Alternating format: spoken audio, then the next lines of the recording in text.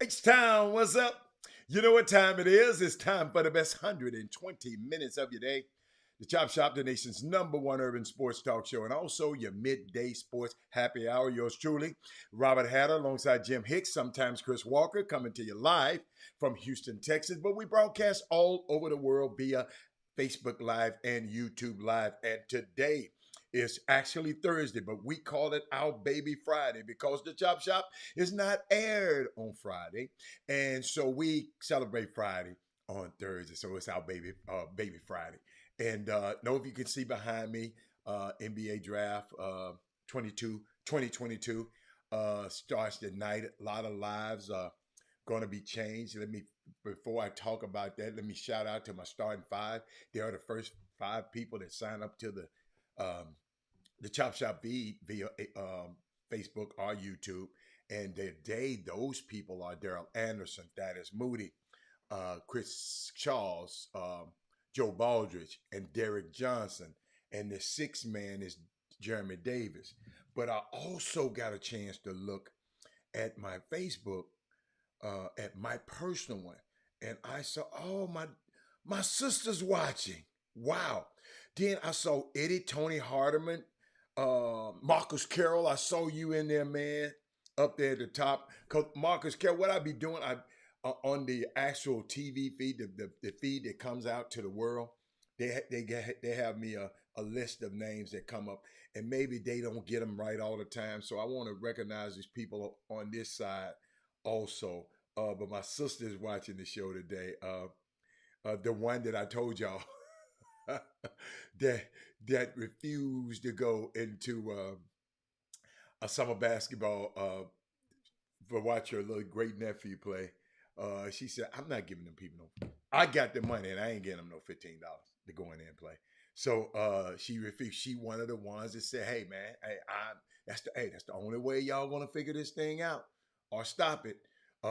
When more people like her step up and say, "Look, my nephew in there playing, I'll come back and pick him up. I'll come back and pick him up." But it's Thursday, a great day, draft night today. Like I say, a lot of lives gonna be changed tonight. I know mine. A few years back, mine was changed when Penny Hardaway. I never forget y'all. I tell you this story. When I was recruiting him, and it was just so much stuff, y'all. Being from Memphis, it's just so much stuff. But he took me. See, cause Penny, he's a covert dude. He watched the spy movies and all that.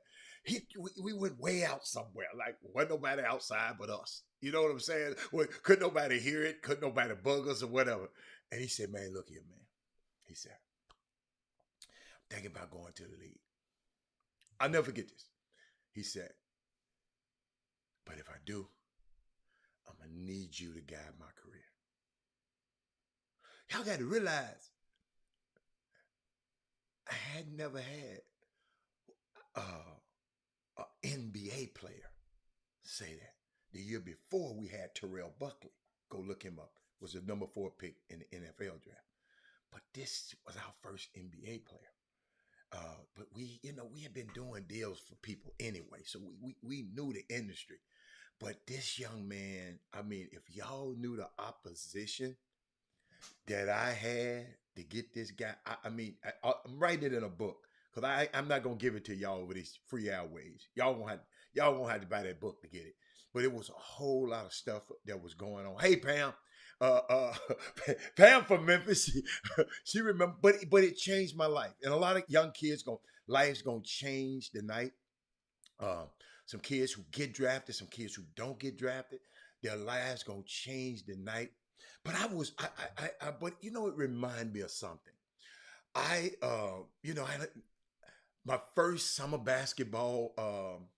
game, summer basketball game, I happened to go out last night to watch because when you tell me about somebody, and people keep talking about somebody, you know how I am. I want to see for myself.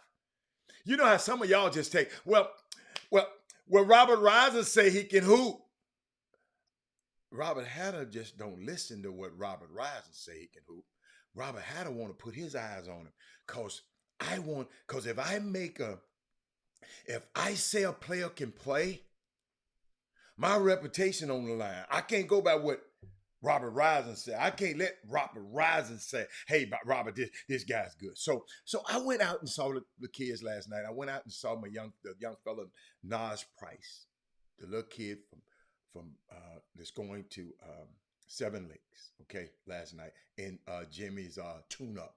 They had a high school tune up. You play with your high school team a couple of games to get you ready for the games this weekend up in Dallas, the TABC. So these young guys are there. Let me tell y'all something. I walked in the building.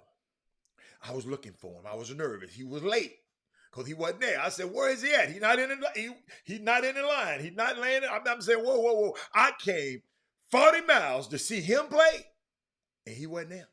So I'm nervous. All of a sudden, he walked in.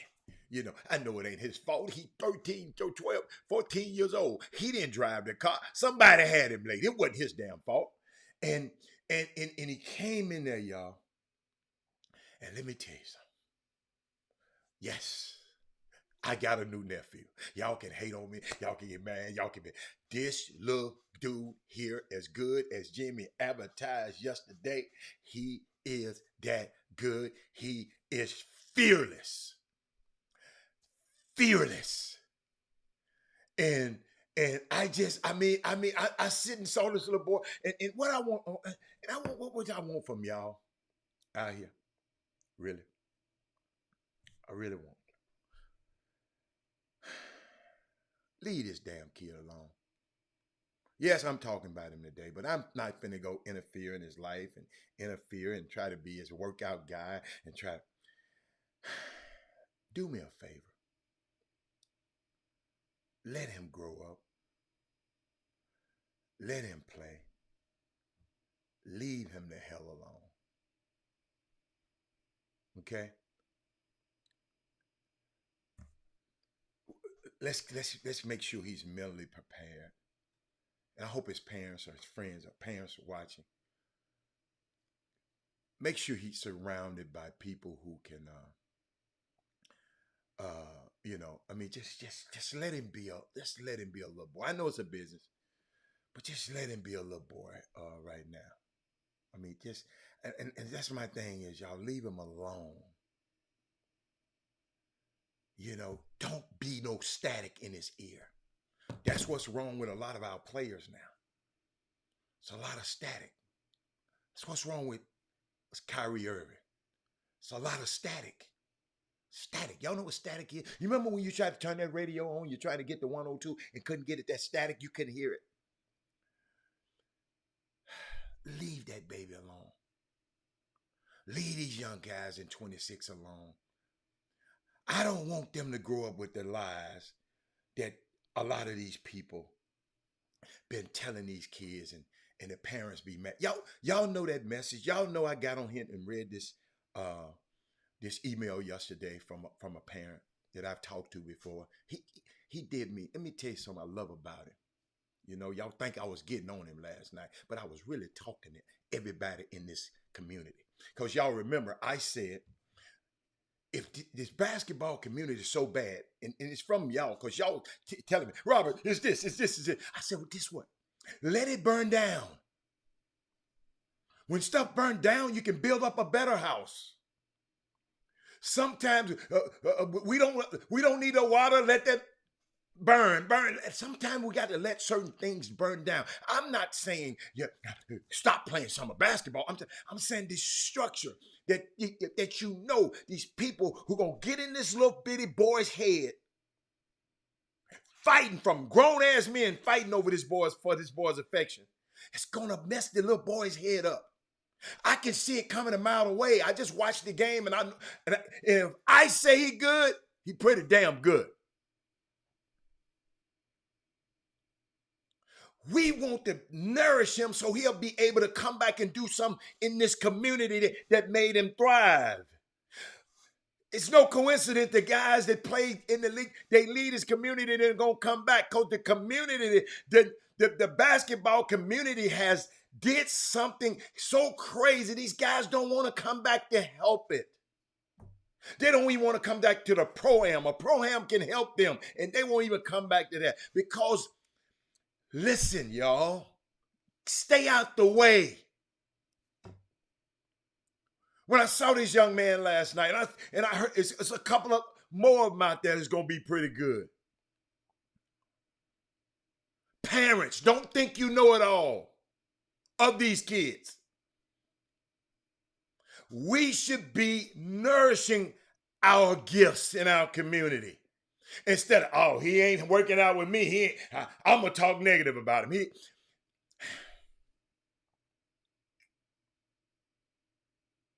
Let me tell y'all something. The seeds that we plant, if we plant bad seeds, we're going to get bad crops.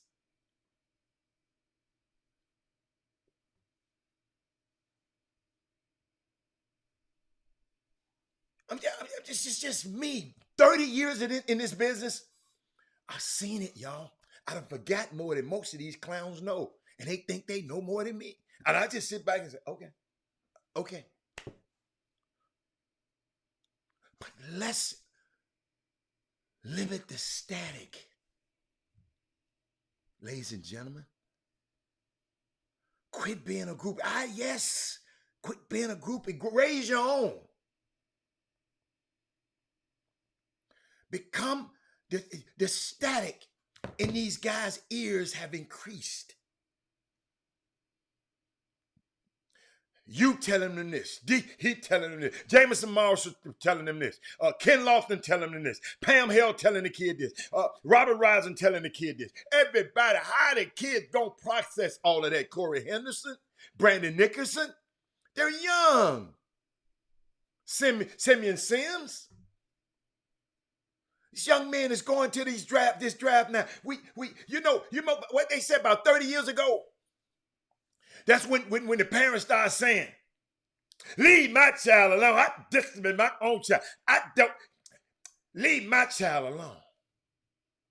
30 years later, we getting all this crazy ass shit. This crazy ass stuff that's happening. I remember when I was growing up, you did something, you'll get the lady whoop you, then the mama come, then bring you home to your mama and your mama whoop you. These days, these parents don't say nothing to my kid. Don't correct my kid. You ain't putting nothing in them, so somebody else got to put something in them. So in these young men gonna go, Ken Lofton, these kids' life gonna change tonight. The static. Thank God Ken Lofton got a mom and dad who understand the process.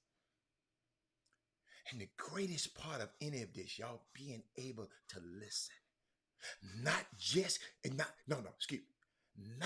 hear me, but listen. I mean, not just listen to me, but hear. See, a lot of people, like I was telling the guy, like yesterday, y'all, if you go back and get your show next day, there's a parent wrote me a damn novel.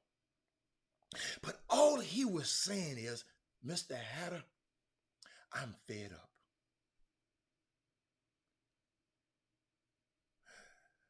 My son won 1 through 20. Somewhere I thought from 20 to 21 to 40, who gonna help those guys? Ain't nobody. My son is in the 21 to 40 range. He ain't got nothing. I'm mad, Mr. Hatter. Because all of these guys have seen him and all these guys have talked about. I said, have you ever thought about he just might not be good enough? Because Doug Jones can't make no college coach give him an offer. Jimmy can't make no college coach. Jeffrey Day can't make a college coach offer your son. I know y'all need to share this show. I know I ain't told you, but you need to share this show because it's gonna be bananas today. But the man was hurt, and Jimmy eloquently talked about it. Robert, they start off in the 9th grade.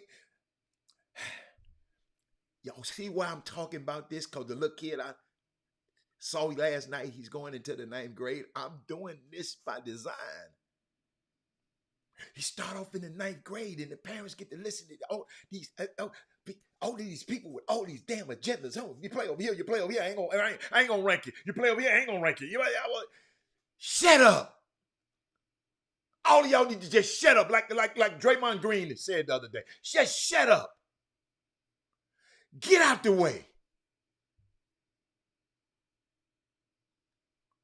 Our young kids getting these mixed messages. We got grown folks on Twitter talking crazy to each other. How in the hell we gonna stop them from talking on Twitter to each other?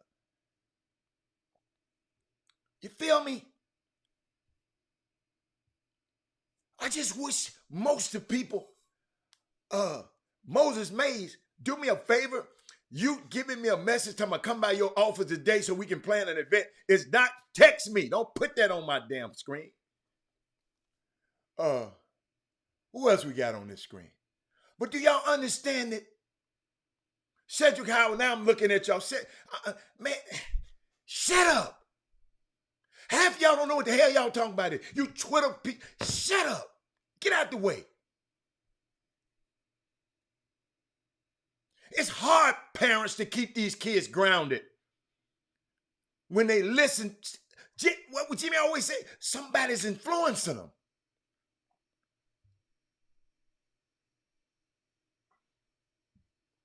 The dad was, I read the dad's, see, y'all, that's why I say, y'all, I learned.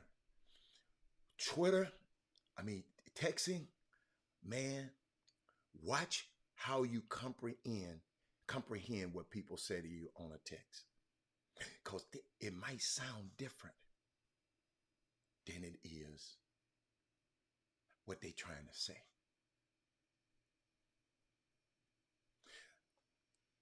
This letter sounded so sarcastic to me because he said, I watch your show every day. I heard this show. But you can listen, ladies and gentlemen, you can watch this show every day. If your son ain't good enough, his college coach, I can't make Penny sign him. Penny got 13 scholarships. And if I try to force him to sign, guess what, y'all? He ain't going to do it because guess what he going to tell me? Hatter, my job is on that contract. Yours not. I'm going to get fired for you for getting this deal. Yours not. So, mommies and daddies, I can have influence. I can put him in there. I can tell him everything great about your son. But we can't make them take your son if he ain't good enough. Okay, this is not an exact science. It's not just wait a minute. This business is crazy as hell when it comes to basketball. I want to do football and baseball. What? Derek Fobb, Keith Fobb. What? Yes. Baseball and football are worse. Shop. I've been seeing all you saw. What's up, Larry E10? Let me tell y'all something. Y'all, listen. We got an awesome opportunity, okay, to nurture out. These are our kids. These are our natural resources. Y'all see them Arabs ain't gonna let your black ass come over there and run no oil field. You ain't finna go over there and run no oil business over there. You're not going, because that's their natural resources. We the only race that have all the black babies gonna be getting drafted tonight, but we let everybody else control them and control the narrative. We the only people that let this happen. These are our natural resources that's being drafted tonight. I've been saying this for the last 6 years.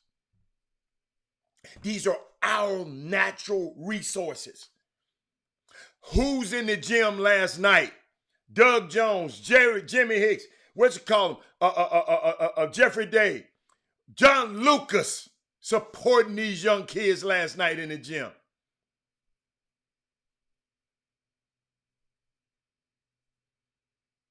These are our natural resources.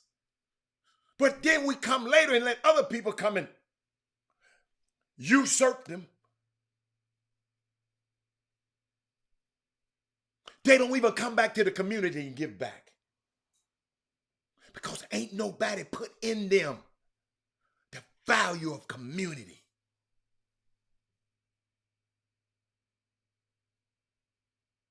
The value of community. I ain't saying come back and stay in the hood and get shot up like the what's the guy name? Nipsey Hussle. I'm not saying it. But you got to find somebody in your community that's doing something. I know that basketball community bad. The reason I said, because none of the pros come back and give. And when they come back and give, they want to attach their name to it. Can you just come back and do something and not attach your damn name to every damn thing? Because they want people to know, this is mine. Instead of come back and have a Kendrick to the whole basketball community that help you get where you are. I mean, I'm just telling you. Perfect example, tonight and last night. I don't know this rapper, and y'all got to help me with it. Tonight, at this No Excuses Pro-Am, halftime performance by Il Thrill Neal. I don't know it. I'm sorry, Il Thrill, but he gonna be at the Pro-Am at halftime of the 7:30 game tonight. We got the Houston Pro-Am tonight. Okay? Go out there and support this. Go out there and support. That's our basketball community. You're wondering why the pros don't come back? Shit, pack the damn place up. It's so packed you can't get in it. Houston, Texas. So that means James Harden. That means Jalen Green. And all of these guys gonna want to come back and be where it's happening.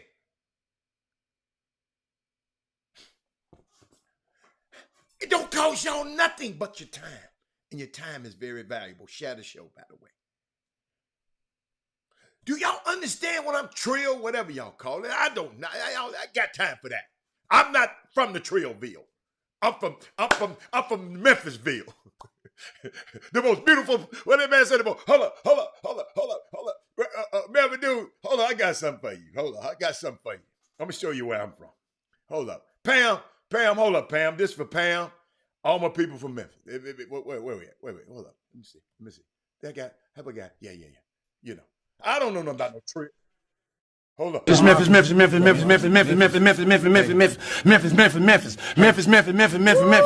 but Memphis. Everywhere we go, it's Memphis. Memphis, Tennessee, the beautiful land in the world. Jenny O'Neal. I ain't talking about the pros coming back and charging $100 for camp. I ain't talking about that. Because this world is a business. That ain't the point I'm talking about. Most of them come back. I mean, I'm not knocking at no guys for that. I'm just saying, come back for the Pro-Am. Come back for the Pro-Am. See, you got to be tied to something, Jenny. to be able to come back and do it. You got to be tied to something. You said they charge $100 for half a day camp. Come on, Jenny. That they forget the camp. It's other stuff in our community they can come and do. They can come and get those corporations who back them to come produce some STEM camps. Science, technology, engineering, and math camps. It's enough damn basketball camps going around. And still these kids ain't learning how to play basketball at all. It's too many damn camps. I'm talking about come and do something tangible to come back and help your community. Because let one of these young kids graduate and go to college and graduate and get one of these engineering jobs. It changed their lives.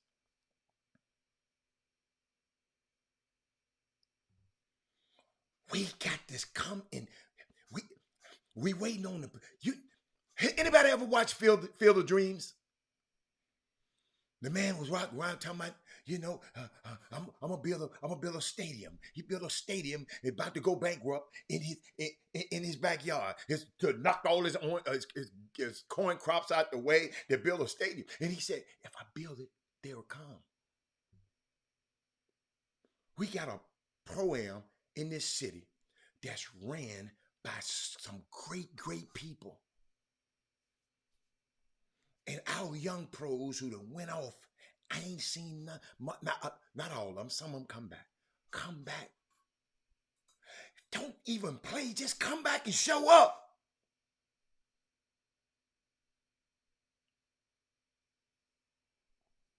Yes, they come back in Memphis and play all the damn time. What they call it, the Bluff City, the Bluff City Classic have Danny All pros in it.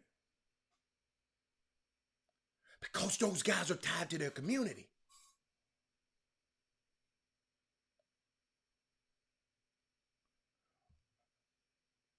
Our top guys from this community, Melvin Dukes, they just don't come back. I don't know the reason. I don't know. I don't know. Small city like Memphis, all them damn pros. And the pro-am in Houston does have pros, but I don't see our young low. I don't see the De'Aaron Foxes. I don't see all these guys, the Justin Jacksons, what's Justin Winslow? He always hurt though. But just come back. Just come back to get some validity to your city. This is the city that made you.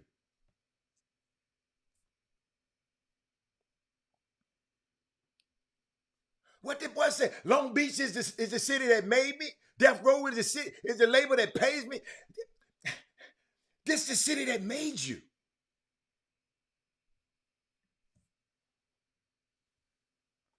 What's wrong? Ladies and gentlemen. So when that dad texted me last night, guess what? He gonna have a he called me. He gonna have a bad taste in his mouth about Houston.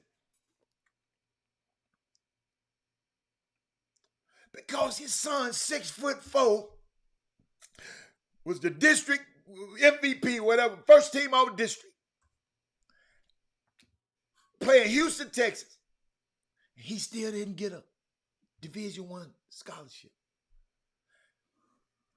In the beginning, he was led to believe that he was. And now he mad at the world. And I kept telling him, man, don't be mad. You can be your dude. If he was good, I said, player. If he was good enough, he'd have one. But me knowing him, because me and him talked a long time ago, his son gonna go to college anyway, because the daddy made proper preparations. He ain't like this daddy, Jimmy. This ain't one of them daddies. Mom, I didn't save for. No, he prepared. Me and him talked a year ago. He done prepared for his son to go to college. But he upset with the process because Jimmy, I got a new word. Let's not put, just me talking to the NBA prospects this year, several of them this year, and their families. The static in these families and these people's ears have increased. Think about the mess you got to go to this weekend. The static at the player top 100. Every one of them dudes think they pros. The static, y'all. We got to stop the static in these kids here. And Jimmy, I told him, please leave Lil Nas Price alone. Leave him alone. He don't need no static. Let him get through this. Let him go through these 4 years. And let's get around him and nurture him instead of all of y'all. Hey, you got to come over here to do this. You got to come over here to do this. Like the parent I talked to last night. When your son is that good, you wouldn't be. He's just mad. He done listen to. He probably done pay for this. He probably done pay for this. Jimmy, the man was hotter than catfish grease. But what I love about it, soon as the show was over with, Jimmy, I know you ready to talk. Soon as the show was over, he said, Mr. Hatter, I think you took my thing wrong. I said, I know it. I know it. I said, I know what I was doing. Just in case it was another dude out there that like you, I was trying to educate his ass. I know it. He said, man, I'm frustrated. Everybody else getting deals and my son, I'm frustrated. And parents, that's how you're going to be. We've been trying to prepare you for 6 years, but some of these guys tell y'all, friends, don't watch this show. But I know we've been preparing y'all for this stuff, at least for 6 years. Might be 7, Jimmy. I done lost count. We've been, see, when you're working and making history, sometimes you don't even think about it, Jimmy. Jimmy, I think it was 2016 in April. Jimmy, that's 7 years, Jimmy. April done passed again. No, it's 6 in there. You're right, 6. But guess what, man? When I saw that little boy last night, Jimmy, I walked in there. I drove 45 miles just to see him. So y'all tell Nas. That's what I did. Yeah, it was 6. Working on 7, though, Walter Yates. Jimmy, and I saw the little boy. And I said, oh, okay. All right. Okay. All right. Yeah. 9th grade. See, all I do is go back and look at the other greats in the 9th grade. I ain't trying to compare. I said the other greats that I've seen in the 9th grade. And I just said, okay. The 9th grade, 8th grade, coming in the 9th grade, just coming on your team and just coming out there like you, that dude. That's different. But Jimmy, yeah, special little kid I saw last night. I just want people to limit the static in his parents and in his ears. That's all I want to say. Yeah, and that's of course we're talking about the inaugural high school tune-up, which took place the last 48 hours at Aldine Davis High School. Shout out to Coach Packer and his staff for being such great hosts. One of the lead police officer, De La Garza, I'm sorry. He was just cool and calm. Everything we asked him to do, asked him to go post up, go check on this gym, go check on that gym. That's what goes into running and operating a smooth event. Referees, we get on their ass when they mess up. And I had referee ask me, say, man, we don't hear you never say nothing when they do good. When you have those events, you always talking about and you always bragging on how smooth they run. Referees get credit for that, which you're absolutely right. Jimmy, can I say something right quick? I want to really commend the 2 guys. I don't know them guys who you had at that game that I watched. They were absolutely excellent. But keep going. Those 2 guys, I don't know their names. I'd have never seen them before. They were absolutely in position. I was watching them in position. They was running the court. And wasn't but 2 of them. Those guys were excellent. I just wanted to let you know that. Kevin Boone was the lead scheduler of those officials. He was out there on the first day. And I give credit. The officials They did a great job. Great job. And when I said great job, meaning that I saw there was no fights the entire weekend. Listen, there was no hell. I ain't hear no crazy mammoths. I don't even think that was a technical. I don't even think it was a tech. I didn't see no PGWs. I just didn't see them. The entire weekend. I don't think it was a tech.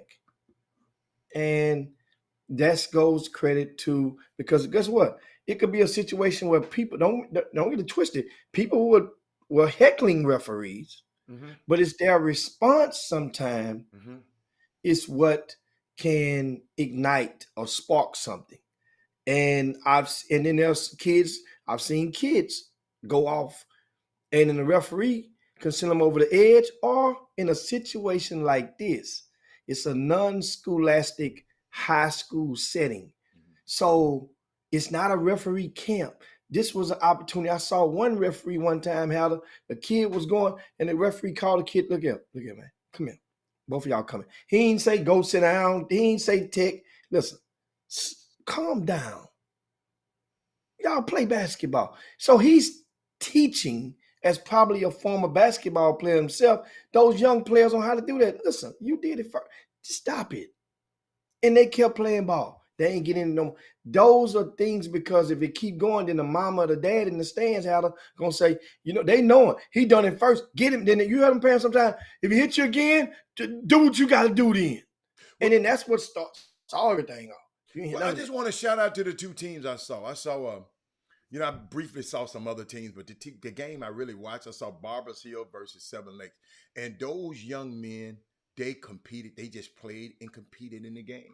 One team was getting beat, but their attitudes were great. I mean, I'm shout out to the coaches of both of those programs. And just saw some kids, man. It was kind of good being back in the gym. The basketball for these two teams wasn't as bad. Some things that I would do if I was, but I ain't no coach. But one of these days, I wish I can see him. But maybe Jimmy, I just like high school basketball better to me than summer basketball. I like when you with your team. Instead of all of you different crazy ass mammoths from all over the world, and all over you from this city, and all mom and daddies, and coming in and everybody mad at each other and all. Yeah, but this situation last night, it was a joy to be back in the gym. It's the first time I've been in the gym this summer, watching the basketball game. So it was just a joy to go in there and watch them kids last night, man. Shout out to them kids and the coaches and the parents for both teams. Yeah, and I think it was like 22 teams participated. Only six. Everybody played 2 games each. And the reason playing 2 games each is because a lot of those teams, a good chunk of them, will be traveling to Dallas this weekend to play. So this not an event to attempt to burn them out. It's just to help get the kinks out. So some teams played 1 game each day. Some teams opted to play both games on the same day, Tuesday or Wednesday, which I provided that option to everybody based on first come, first serve, based on availability, which is cool because that means some teams didn't want to drive. And then some teams did it smart, Heather. They would play on Tuesday. And I learned it. I was talking to a couple of them yesterday. I think Coach Babers from St. Francis was one. They well, they didn't play both days, but it was one of the other teams played. But he explained to me, he said they played yesterday. Then they had a practice this morning. I mean that next morning around noon, like to work on what happened in the game the night before. No, then they had like I said, a practice at noon, then came back and played that evening, right? That way it can help modify and help advance through the errors. And then they will be going and playing this weekend. Booker T. Washington played only on Tuesday. They looked very good despite not having 2 starters on the court. And Samuel Johnson, He was a ninth grader this past year that started at Booker T. Washington, about 6'6", Yeah. something like That's that. Sonya Billingsley's nephew. Okay, that's right, sure is. Little Sam. So he was there. See, I'm always a fan of that, Hal. Mm-hmm. Even if you're hurt, Mm-hmm. your brothers are going to battle. Mm-hmm. Sometimes it's good. They need you there on the bench. It's just the optics are it just speaks volumes. If you're able to you know what I'm saying, unless you're bed stricken and you got COVID or something like that. Yeah. But this young man was there and he was active at the end of the bench. He and learned that he had sprung his ankle Mm-hmm. this past weekend at the team camp that Booker T. Washington went to down in Baton Rouge at Southern University. Took the whole team down there. Mm-hmm. Shout out to Coach Grayson at Booker T. Washington, because he's probably, if you're thinking about the miles logged with your team in the greater Houston area, well, straight Jesuit, that's one trip to Arizona last week. So I'm not going, that exclude them. Yeah, they excluded for That's a long trip. economic reasons, Yeah, and that's that's a a long trip. flight. Right. That trumps everything. So Right. take straight Jesuit, put them in a category by themselves. But Right. Booker T. Washington probably is going to get the title, the acknowledgement of the coach and the school that drove the most miles as a collectively during this off season. Mm-hmm. We don't acknowledge that type of stuff nowhere near enough, because it takes dedication from a coach. Yeah, And absolutely. trying to get better. A lot of dedication, especially the bulk of, don't get it twisted. Booker T. Washington's a magnet school. So, they have a college, a school of engineering, which is really two schools in one. Don't get it twisted. Mm-hmm. It's hardly ever you're going to see an engineering student being on the basketball team at Booker T. Washington.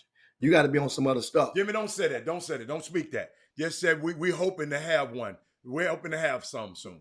Let's speak we it that way. We hoping to have several. I'm quite sure there's been some. Yeah, let's speak it like that instead of we never. I'm not saying it ain't never been there. Yeah. But so once again, Coach Grove, just tune into the Chop Shop. We ask you to share the show to your timelines, to your groups, to your pages. Give us a thumbs up if you're on the YouTube Boom Boom Room watching us as well.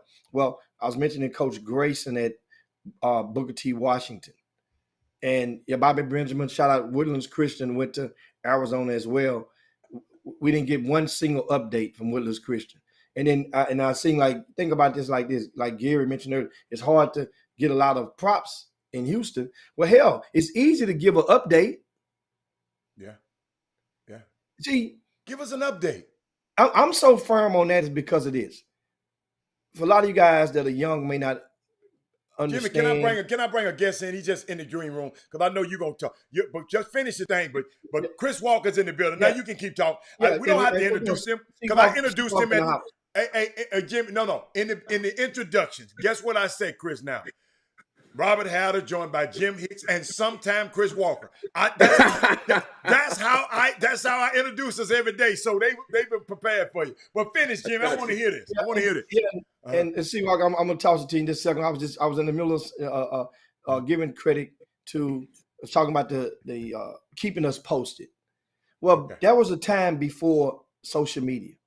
That was a time before all of this emails. That was a time before. And if you played any type of extracurricular activity in the non-scholastic settings, if you had major success, guess what happens?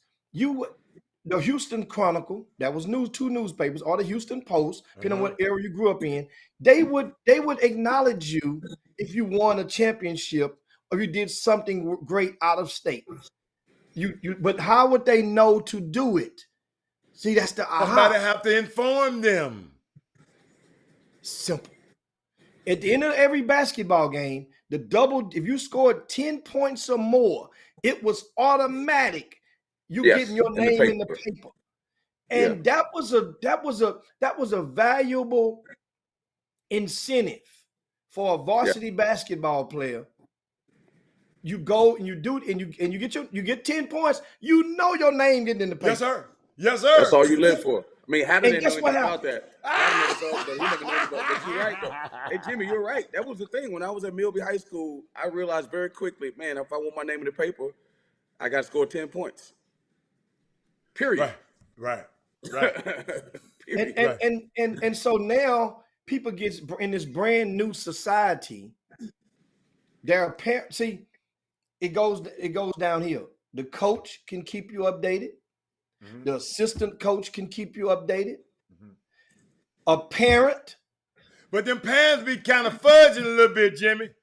Oh, Fudge and how? so what's the issue, Jimmy? What are we No, talking about? no, What I happened? was going back to keeping people. It got was talk at first. We giving acknowledgement to Coach Vincent Grayson of Booker T. Washington. He took his high school team to Southern University from out of Houston. Took them to Southern University in Baton Rouge to the team camp last week. Mind you, that was on. They got back on Sunday, right? Saturday night, Sunday, whatever it is. They played in the high school tune-up on Tuesday in Houston. 2 games, played, sit, play, something like that. They took off on Wednesday and went to the Grambling team camp in Grambling, Louisiana. Drove. So these are miles logged. They will leave there. I'm not sure if they're coming back to Houston or not, but then they will go to Dallas for the TABC event this weekend and to play in Right. front of Division One coaches. So basically, what he's done, he's gave his team an opportunity to pretty much play with a referee about 8 to 10 games in a week before they go into this college coach setting. They should be a pretty much a well-oiled machine. Should be on this weekend in front of the Division One coaches. However, their leading scorer, Seawalk, and I'm going to ask you your thoughts on this. You've been a grassroots coach. You've been a D1 college coach for 2 decades plus, and you've also been involved with the scholastic component with the Chris Walker Academy. Here's what I want to ask you. The leading scorer on this team, an all first team all-state select team, did not go on the trip with the team to Southern University. He wasn't there Tuesday, and he's not. I'm not, and he didn't go with to Grambling. He instead opted to go with his grassroots team, which is based out of a sneaker Nike's Pro Skills in Dallas. Hmm. Right. What do you say about that? Wow. Oh, I go, mean, go, Walt. here's the deal. Here's the deal, man. Now that they have the what's up, Victoria? Now that they have the element where the TABC, they don't have that figured out yet, but they've added the element of high school coming back into it, right? Which is a good thing. I think that's a good thing because college basketball recruiting is always centered around the summer, which is why they have, the problem, not necessarily the problems, but it's one Dilemma. sided. It's one sided because they can see so many kids at one time. Uh, Team bonding is the only thing because you got to understand something. Like I'm gonna be very, very clear. Tonight there's going to be an NBA draft. Okay, I've been talking to guys that I've coached and known and whatever. There's a whole bunch of dudes out there that think they thought they were league dudes. Whole bunch of parents out there thought their kid was better than this kid. At the end of the day, those 30 teams are gonna pick who they want and who they believe, right? And what I won't do, like Lonzo Ball and some of those other people, hey man, if you think you got one, do everything you can to get them there. Because they giving away real money in that situation. If you think you got a pro, you better do every single thing, just like if he was a singer, if he was an actress or she's an actress, no matter what. Even if he was the smartest dude in the world, send him to Harvard or Cornell. Do same thing with his NBA stuff. When you got one, it's like a lottery ticket, cash in on it. Now, back to my point about the coach. Again, if the goal is to get a scholarship, guys, that's the goal. So the high school coach should not have one problem with him going with his sneaker team. because that's the goal. And guess what? If the kid is on pro skills with Jeff, that's his best chance of getting a scholarship. So why should a coach be upset? If he really Mm, care about the kid, unless they mm. had a prearranged agreement and the kid and the parents backed out on it. They give them a schedule. Hey, this is what we're gonna do. You can be with your summer team. You can be with us. But at the end of the day, it's not high school basketball season right now. It's summertime. It's summer travel ball time. That's what time it is. Right or wrong, Jimmy. And more people going to see him play for pro skills than going to see him play at Southern's team camp. Again, unless it was prearranged and they're doing it for team bonding. Other than that, please give me a break. I Man, got you a better. question, Jimmy. Is Pro Skills playing in the same event? No, Oh, this no. pro, This is only high schools oh, this so week. Pro Skills is in another event playing somewhere. What No, kind of event is that? no. Pro skills. They're practicing for the EYBL, Oh, they're and practicing. and I want to add a correction. I want to correct. I want Okay. to add a correction. Thanks, Odyssey. Mhm. Odyssey informed us they Booker T. Washington played in the Milby camp on yesterday. I mean Milby League on yesterday, and then they're supposed to dash off. Uh, Man, I'm mad at Milby High School, man. I went in town and spoke at Sam Hines. They let Sam Hines go, who was he was Batman, I was Robin, I was Batman, he was Robin, whatever it was. But I went and spoke at an event, basically not a retirement event, but Coach Honey was there. Coach Honey drove all the way. Coach, you know what's funny? And I'm gonna go back for a second. As we said Booker T. Washington, and it brought back some memories. And only the old school people on this feed. And Hatter, you've been in Houston long enough, but Jimmy knows exactly where I'm coming from. I had to tell the story of how I got to Milby High School and the way HISD is it's just so sad. Kids growing up today, it's like talking about a payphone or a house phone or cable TV. It don't exist. They have no idea what that is. HISD. When I grew up, okay, Jimmy know going through high fines. That was a thing, right, Jimmy? Got to get to high fines. Got to get to high fines. High fines don't exist no more. It's Fertitta Center. Jones High School, Yates High School, Wheatley, Jackie Carr, Sterling, Cashmere with Frankie Brown. People don't understand. Not Jones, was it Lee High School? Robert E. Lee. I mean, people don't understand what it was like because the Pearlands, the Side Creeks, the Cypresses, the Sugarlands. The only Sugarland was Willow Ridge, and that was it. You know what I mean? Memorial. Everybody knew Memorial, and everybody knew Clear Lake. Back then, Madison. You're right, Walter Yates. Even though you was a scrub, I'm just telling you at the end of the day, when I was sitting there talking to him, it brought back some memories like, man, let me tell you something. When I was a freshman, that's why it's so crazy what's happening today. When I was a freshman, I sat the bench. You couldn't get to the varsity because the varsity only had 12 graders. That was it.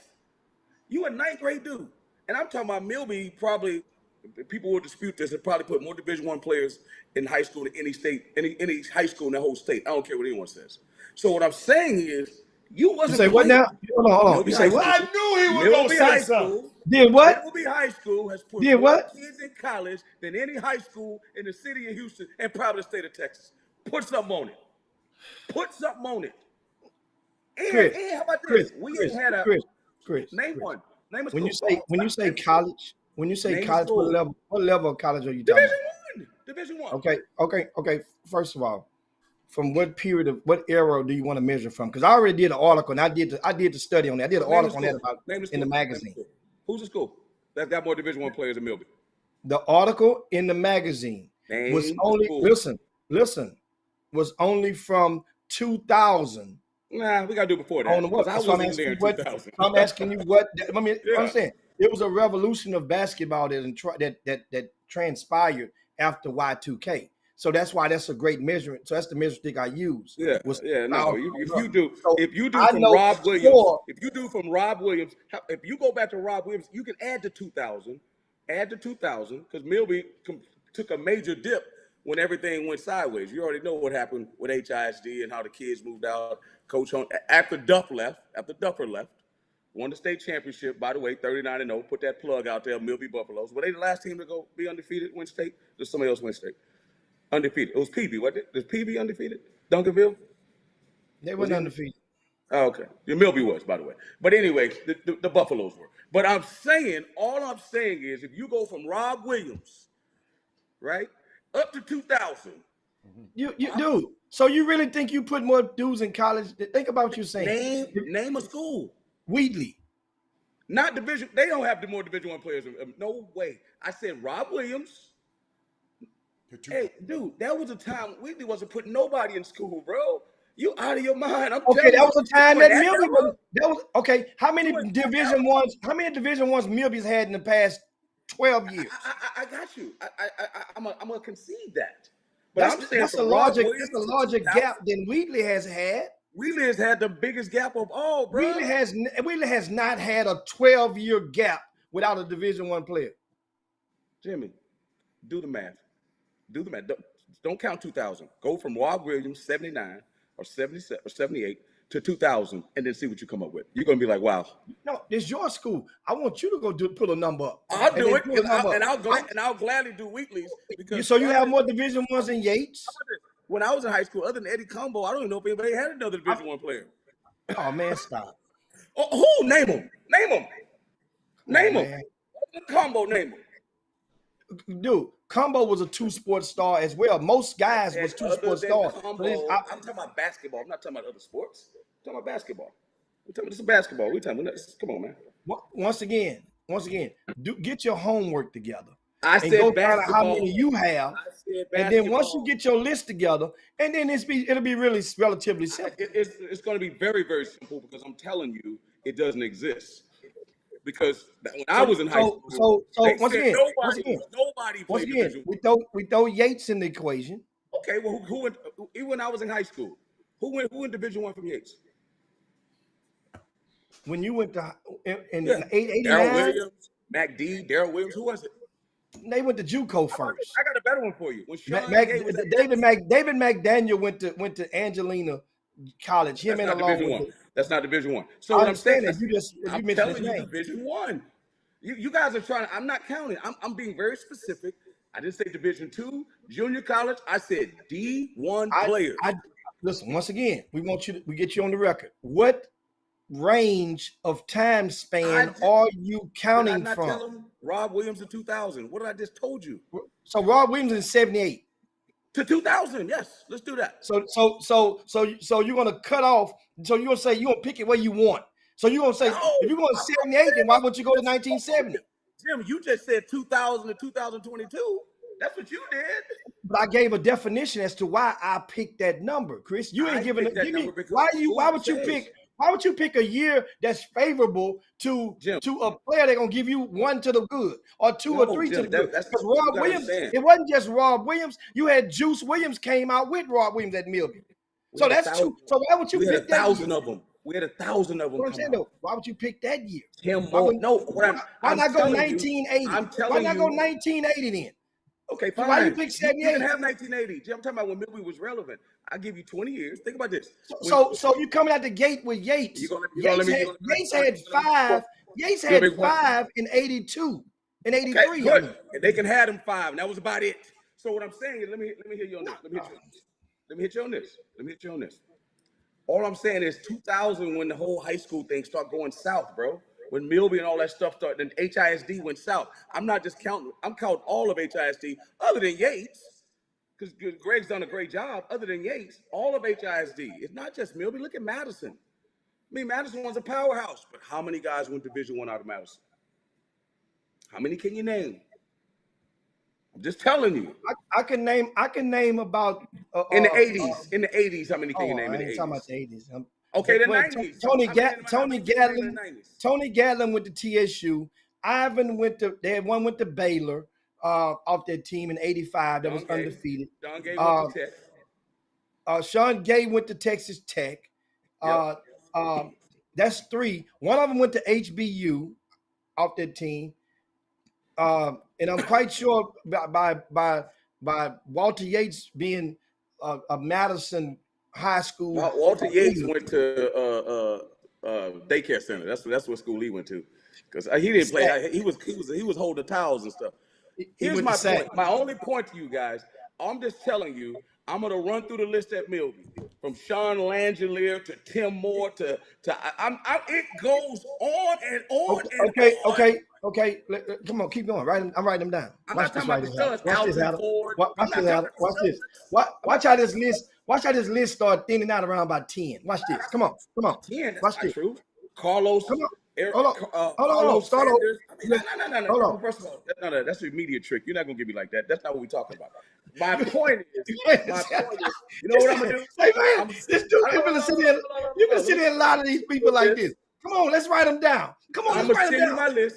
Hey, Hatter, I'm gonna send you my list, and you know what he's Yeah, gonna do? yeah.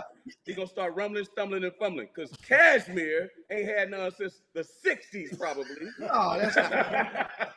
No, that ain't And true. Cashmere ain't had a player come out that mug. We know that.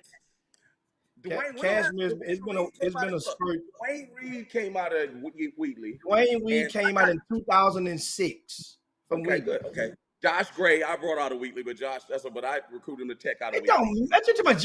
What you? Josh Gray came out of Wheatley and got a Division I scholarship. Let me stop, boy. Let me stop. You messy. You messy. He did. He didn't qualify. Remember now? He did. I had him. Yeah, he did. He played for me. Texas Tech. Yeah. That's what I saw. I was there for his first game. I was there. I should be put in jail for the stuff we had to do to get that dude. Now I'm joking. Anyway, listen. So it was a James Posey. I'm gonna throw it off. Listen, James. I'm gonna throw it off. No, it wasn't a James Posey. It was a Larry Posey at Larry Posey. Get it right. He went to UT Arlington. And that's in Division 2004. I, by the way. Odyssey. Okay. Hold on. Posey. No. I'm gonna write it down for you. I'm not doing that. We're not doing it right now because I'll have to go back into the No. Because watch what's going to happen. They had listen. I'm gonna get them. I got a question for you. I'm listening. You mentioned Tim Moore a while ago. Yeah. Tim Moore came out in '92, right? University of Houston. Yeah. Okay. He was a freshman. Hold on. So where did Tim Moore go to college at? First. U of H. First. He went to U of H. What are you talking First. About? Yes. Or did he go to Lee College first? I don't remember. I know he played Division I. See. Okay, Hannah, you don't want to count Yates junior colleges, but now you want to count your junior colleges. You want to count your JUCO. Where did Tim Moore go first? I don't remember. Strike it from the list. Half of your school went to junior college. That's what I'm going to get at you at. That's not. Name another one. Name another one. Just keep on. You want to modify the rule? Name another one. Name another what? I named one. You name. Name one. I don't know any of them. I don't count the JUCO dudes. So Tim went to JUCO. I only know Tim because he played. Tim went to Lee College. Junior College. I'll give you Tim. That's one dude. The reason I know what Tim went to Lee College is because back during that time. I gave you Tim. No, you mentioned him. Chris, you mentioned his name. I just remember he played at U of H. I mean, it's 1992. Okay, but guess what? See, now, if you say Eddie Combo, you mentioned Eddie Combo's name as well. And he went to JUCO too. Eddie Combo ended up going to San Jack. Thank you. I didn't want to say that. I gave you Eddie Combo, and I didn't want to say it, but since you want to go there, you mean? That's a factual. You don't count. We talking about straight out of high school. Combo, if you don't count Eddie Combo, who the hell they had in the '80s went to Division I? This isn't. Understand? Wheatley isn't on trial on the stand. Milby is on the stand. Listen, let's talk about something else. Milby's on the stand. And right now, Hal, right now we sitting on four Division Ones. We sitting on 4 Division Ones right now, Hal. 4 Division Ones right now. I'm waiting on. And guess what? Walter Yates says you have magic number is 6. Walter Yates said the over and under is 6. Walter Yates out of his mind. That's why Walter Yates. Don't get me started on him. 6. I guarantee you we 20 plus. Easy. Chris. Hey, you ever heard of a guy named Carlos Sanders? No, you don't know. You don't know guys like that. Montana State. There's guys you don't know. I'm telling you. What year are you talking about? He came out in '86. I'm just saying there's guys that you don't know of, Earl. There's guys you don't know that have been in the lineage of Milby. I'm just telling you, there's guys you don't know, bro. It's cool. Chris, You guys only know Alton Ford what, and Jawan what, McClellan. Chris, when you're gonna do your homework, I and don't when need you to do my start homework. making your list, you're gonna realize a lot of these guys went and had a pit stop before they went on, and you're gonna realize this. Hey, listen, Little, listen. and what I I'm like the way telling you're you, talking right now. You're doing a good job of deflecting because I asked you to name another one, you couldn't do it. But that's name okay though. another what? Name a guy that Another went to what? JUCO with Division I for Milton. Trey Bennett, I don't even know who that is. Who was Trey Bennett? I played with his 2009, daddy. I played with his daddy. 2009. But I He didn't thought come I out thought good. he He cut was it doing off at well. 200 up to Gerald 2000. Gerald Dokes. I don't even know who that is. He I was don't just even 2 count years them ago. dudes. He was just 2 years ago. Jimmy, That's what what I'm trying to tell you. Jimmy? I don't even know who them dudes Yeah, are. he's at New Mexico State or New Mexico. One of them, New Mexico What? State. Listen, I don't even know who those dudes are. I'm talking about Division I first. You I just don't said even know name those. one that went I to didn't even count JUCO those first. You dudes. said name a Milby kid that went to JUCO first, and I just I But got you a talking about? question. I'm talking about back in the day. I'm not talking about now. I won't know about right now. I'm talking about back in the day. I got one question. This was a great pivot. How did y'all get from we was talking about the NBA to Milby? How did we get there? I forgot how we got there. because Chris tried to give a plug about how many they led more Division ones than everybody in the city, Oh, and okay. I've already done an article, but only from You 2000. did it And from 2000. yeah, and from 2000 on up until I think the article came out in maybe 2015 or 16, and the three schools that led, Westbury Christian was first. Westbury Christian. You know what I'm Okay. saying? You got to think about it. They were putting up. They started with Indy Eby. I mean, well, before Indy Eby, they had the kid that went to Ole Miss that played with Carlos Hurt with the Houston Hoops. Rhodes. His last name was Okay. Who Rhodes. else? Then, Who then else? you had the same year you had Rhodes. You had the kid who played at Tennessee, Stanley Osumnu, in Yeah, Scrubs. 2001. Yeah, There was no Scrubs. scrub. Stanley was not a scrub. I'm just Stanley was messing with Stanley was you. Stanley was solid. I'm teasing. Okay. And then Overhyped and though. then then the other number two, believe it or not, was Klein Forest. Yeah. Klein Okay. Forest Yeah. has I'm put a telling you right steady now. Yeah. stream of Division I players out since 2000, and the Yeah. other one was Bel Air. Bel Yeah. Air has had a That's true. steady stream of Because when Division I I was in players. high school, Bel Air had one dude probably, and that was Elmer Bennett in the '80s. That's what I'm trying to tell you, Why you don't dog. like Elmer Bennett? I like Elmer Bennett. I like No, Elmer Bennett. I don't like the way every time you say his name, some just come out your tongue. Elmer Bennett. I mean, it don't sound right. It's like But I like Elmer Bennett. I tore him up, and when we waxed that. Jimmy wasn't there back then when we had the head at Bel Air back in the day. Who's the coach? Well, no, it wasn't Dave Hudak. Who was the coach then? Back in the day, you know he was what? like you had. He was a gunner. He was very talented, but he was. Can I make a one pivot? Because I know y'all gonna go on. Can I just No, one? I'm good. I'm good with it. Cause I'm gonna get my list together. I And want I'ma to. I send it want to to Jimmy. shout out, man, because we always, people always talk negative about him, Jimmy, right? Who is that? But I want to shout out to this man right here. Let me put him on the screen. Hold on. Let me put him on the screen before I shout him out. This man right here, okay? Adam Pac-Man Jones, who Ooh. said, I'm going to tell you, hold up, Chris. He said last year he adopted the son of his late teammate, Chris Henry. Chris Henry's wife stabbed him and killed him, a girlfriend or whatever. And now he's accompanying Chris Jr. on college visits. And Chris, let me tell you something, man. It's the same Pac-Man that was in all the legal trouble when the Dallas Cowboys brought him to the team. I just love seeing a man turn things around. He vowed last year to be a father to this baby. And we always talk about it when these athletes do something negative. But I just want to shout out to him. He's on all the college visits with the young man. And I'm just so shout out to Pac-Man Jones. Yes, he had the strip club fiasco out there after the Super Bowl. Yes, but man, now Chris, that's like if something happened to you and I take care of your son, dude, this man is being there. Let's shout out to him. And then I got one more for y'all. I got to talk about my baby. Look here, first time ever, Malika Andrews is set to make history at the NBA Draft's first ever female host. First time it ever happened before. And I just wanted to shout out there before we go any further, because we're going to talk about the draft, I know at some point. But I wanted to shout out to Malika Andrews. She has become a superstar in this thing. So with Rachel Nichols, where she faltered at and left that opening, This young girl hit that thing, hit the ground running, and has catapulted herself into superstardom. Shout out to Malika Andrews. Now, Yeah, that's good stuff. yeah. Yo, man, somebody got to get Walter Yates off this feed. Listen, do y'all want me to show y'all the box score? Adam, if I superimpose the box, I want you to put the box score when we play Bel Air. I got the box score. So when guys are talking that mess, it's Send funny it to to me, me. Chris. I got the receipts. Son, I got the receipts. Send I mean, it this to me. is You know how to funny. put it on the screen? Dudes just be running their mouth. I'm like, son, Walter Yates, are you out of your mind? I would have absolutely murdered. I don't want to use the word murder. Destroyed, okay? Destroyed. Walter Yates.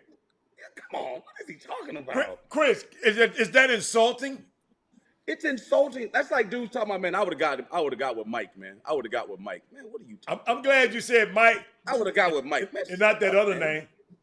name. I like that. I'm glad you said Mike. First of all, again, let me help him out. If I want to show him the box score, you know what? I can't show the box score Wow. because I took every shot. Corey, these dudes are something else. You're right, because my missus, you know what I said? Hey, you know what I was giving a speech. I told my man, a guy named Zach Kelly that played for us. He was our big. I say, listen, when I leave, that's when you can shoot. That's how I used to talk to dudes. When I leave, you're a freshman. When I leave, you can shoot. I like that, My Chris. miss is better than your mate. I like that, Chris. Because I need to have confidence, because we only gonna win if I score. So you making a basket, that's cool, but it don't help us. If I make a basket, we win. And by the way, just so y'all know, the Milby Bucks back then, people don't realize only one team went to the playoffs back then. Am I right? Not this 4-team stuff. Mm-hmm. Only one team went to the playoffs back then. The number one team. Only the first team went to the playoffs. People don't realize that. It was very, very difficult to get to the playoffs. Period. Very difficult. And yeah. Hey, somebody told me. That's why I love talking that Yates and Milton Weekly stuff back in the day. We used to, oh my God, we used to give them the business. What? Loved it. Jimmy, no. That's Jimmy over there trying to research something on you right now, Chris. But Chris, what you think about the draft tonight, Chris? What you think? Man. What we got? Any surprises? Any prize? Any surprise? Huh? Nah, ain't no surprises, man. Ain't no surprises. I mean, I don't think it's gonna be a deep draft once you get past, because it's pretty top heavy if you ask me. Because once you get past those top guys, you know, the NBA is so tricky, man, these days, man. And think about this, man. I don't think the NBA draft is deep. And Drew Timme went back to school. Yeah. He said, man, I'm going back to school, man. And with this NIL stuff, man, the draft is going to get trickier and trickier.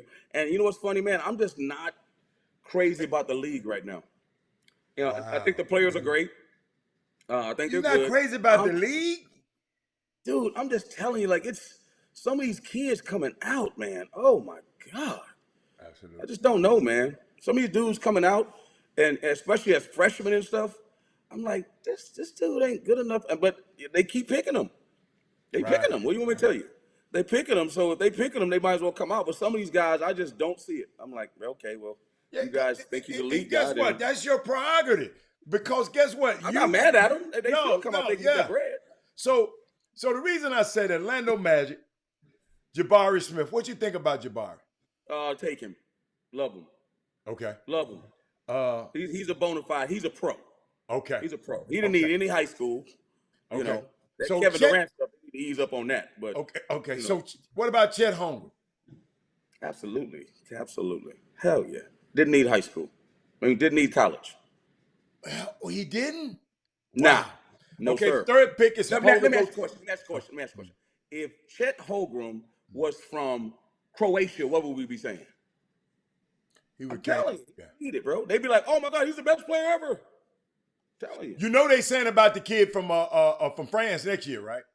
Wembanyama. Victor. Oh yeah. He's a monster. Yeah, I saw some. If he half as good as them highlights, we're gonna have Paolo Banchero, the Houston Rockets. My God. I like him. Unbelievable. So here where it get tricky. The Sacramento Kings got the 4th pick, Chris. Jimmy's power went out. He coming back on.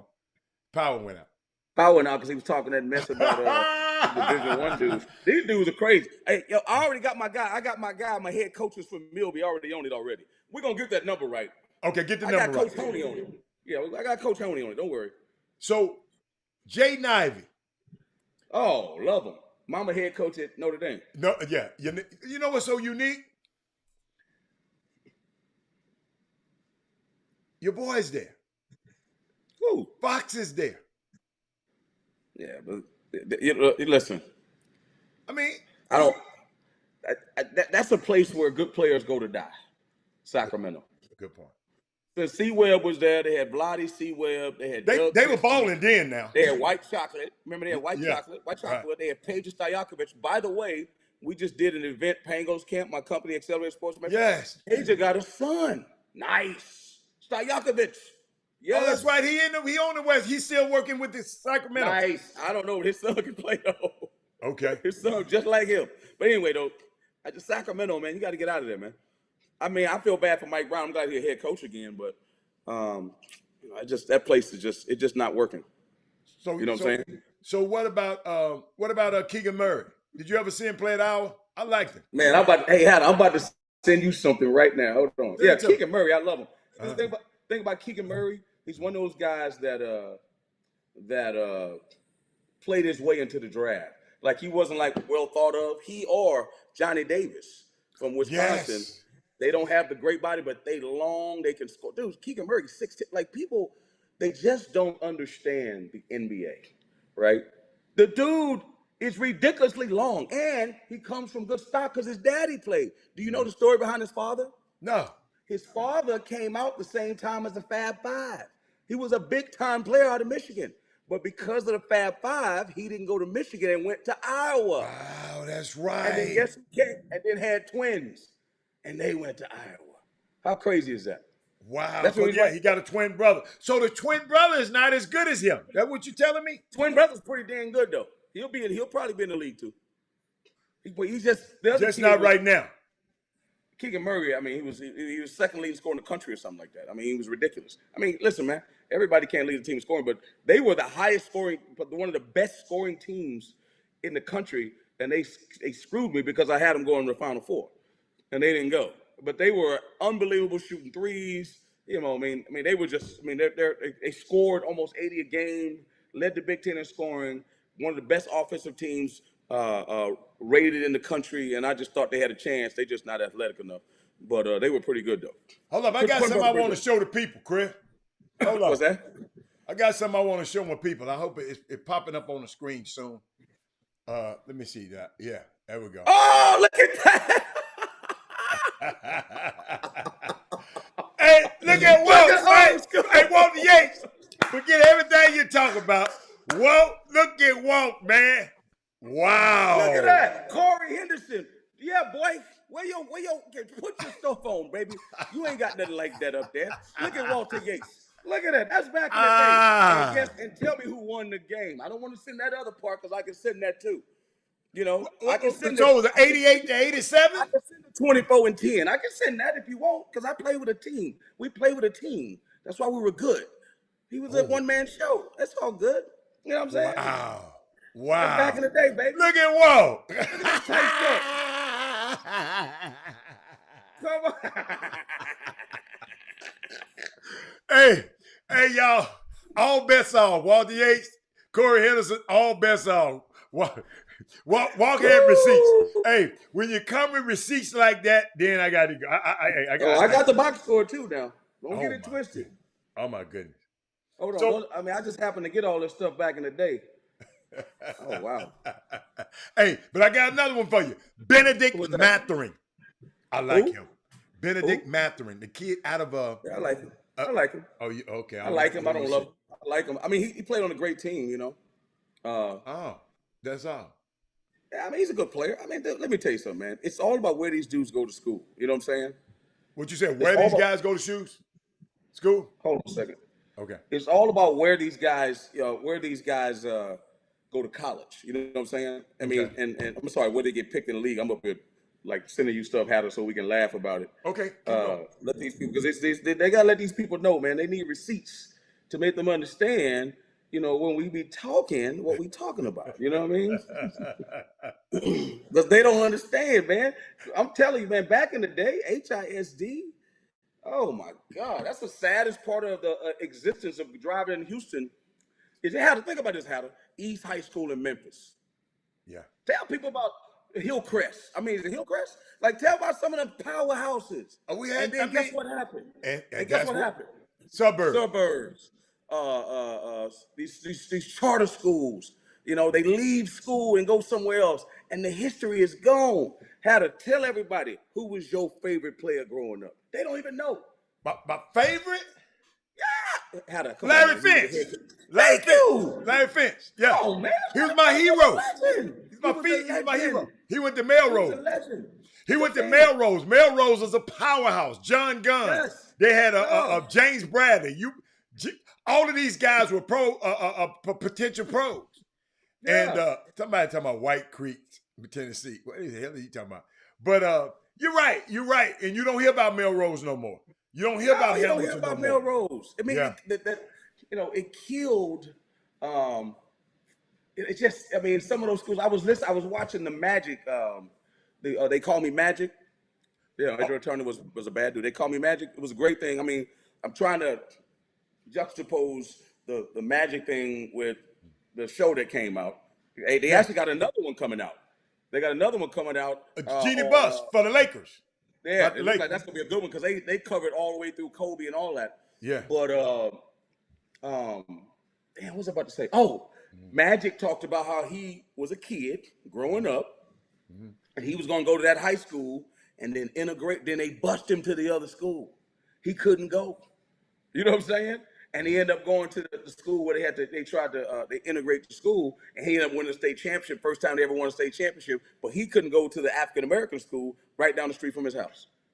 So a lot of this stuff. Oh, like don't Hatter, talk to them, Hatter. Let them know. Let them know. Let them know. What? Man. The Walker War. Hold up, the Walker War? Wow. Yeah, come on, man. They had a dude named Chris Walker that played for him. I'm like, man, what are y'all talking about, man? There's only one C Walk. Come on, baby. They don't know. Jimmy don't know all this stuff. Jimmy played baseball, man. Jimmy played baseball. Jimmy was a baseball. Jimmy was a dude that was a scrub runner. He played. I'm glad his power off because I'm going to tear him up while his power off. You know what I'm saying? Jimmy was a scrub. Jimmy used to carry my bag. So don't listen to Jimmy. But Chris, I want to put something up here, and it's key, and I'm glad of. Thank you, Trey Phillips. Watch this, Chris. This the narrative, Chris. Watch this narrative. Watch this. Watch this. Look at the narrative, the Andy Katz. This why on this show, I always talk black positive about our coach. Because when they get their chance, Andy Katz gave credit to Larry Brown last night for Jalen Durham. He gave Larry Brown the credit. First of all, they need to ask Jerry. If you ask if Jalen Durham would tell him he's a damn lie. So it's that man. That's the problem. You know how I feel about that. I know. You don't have to, because you in there. I don't want you. You know how I feel about that. But when that's, somebody put it on the screen, I got to address it. Bro, they used to say that. You got to understand, man. Again, it's not. I don't even want to call it racism and all that, because I don't want to get into that topic, because that's easy. That's a lie. It's a layup to say racism, right, in the media. But all I'm telling you is that with representation, right, Malika Andrews, right, with representation, right, and if they're responsible and if they're fearless, I'm not saying be like Jamel and they get thrown off TV. I mean, I'm not saying that, because sometimes that doesn't help either, because we need that voice out there. We need that voice. She does it on Twitter and she got her own thing, but in the worldwide leader, it'd be, she can reach more people. Right. But she made the decision. Kerry Champion, same way. They gone. Michael, all them dudes gone off the TV. ESPN is decidedly different, and the only one we got left is your homeboy Stephen A. Smith. Yep. There's no other voice like him on TV. Absolutely. Other than Shannon Sharp. Yeah. And Shannon's just, Yeah. He ain't Stephen A. Smith. I'm gonna put it like that. He's just not. He can't. I love Shannon Sharp though. Me too. But he's not. I like their show better. But he just ain't Stephen A. He ain't Stephen A. Okay. But My point is, anytime, and anytime I get an opportunity, right, to shout out people that I know that are doing a good job, that are black and brown, I'm doing it because I get it. And Right. some people in the media, when they were winning, when Penny and those guys started losing, then they start winning, right? You know what people said? Well, he's finally letting Larry Brown coach. I'm like, yo, what the? I'm like, hold on, man. Hold up. I've been a head coach in college. There's a lot of things that makes things work. A lot of things that make things work. Unless you're in the room. And let me say something else. Even if that's the case, let's say Obama's the president and he hires someone that comes in and helps healthcare get passed. Obama is the president, not the dude that you brought in. He had the vision to bring in this dude. That's what people don't understand. Penny, because a lot of people will say, yo, that's a hell of a move. Combo, what up, baby? That's Yeah. a hell of a move for someone to bring in Larry Brown. Yeah. Yeah. Yes. That's a hell of a move. Absolutely. You see what I'm saying? So Yeah. people got to understand, like, there's a lot. Hey, man, I need you to come in, Larry, do X, Y, and Z.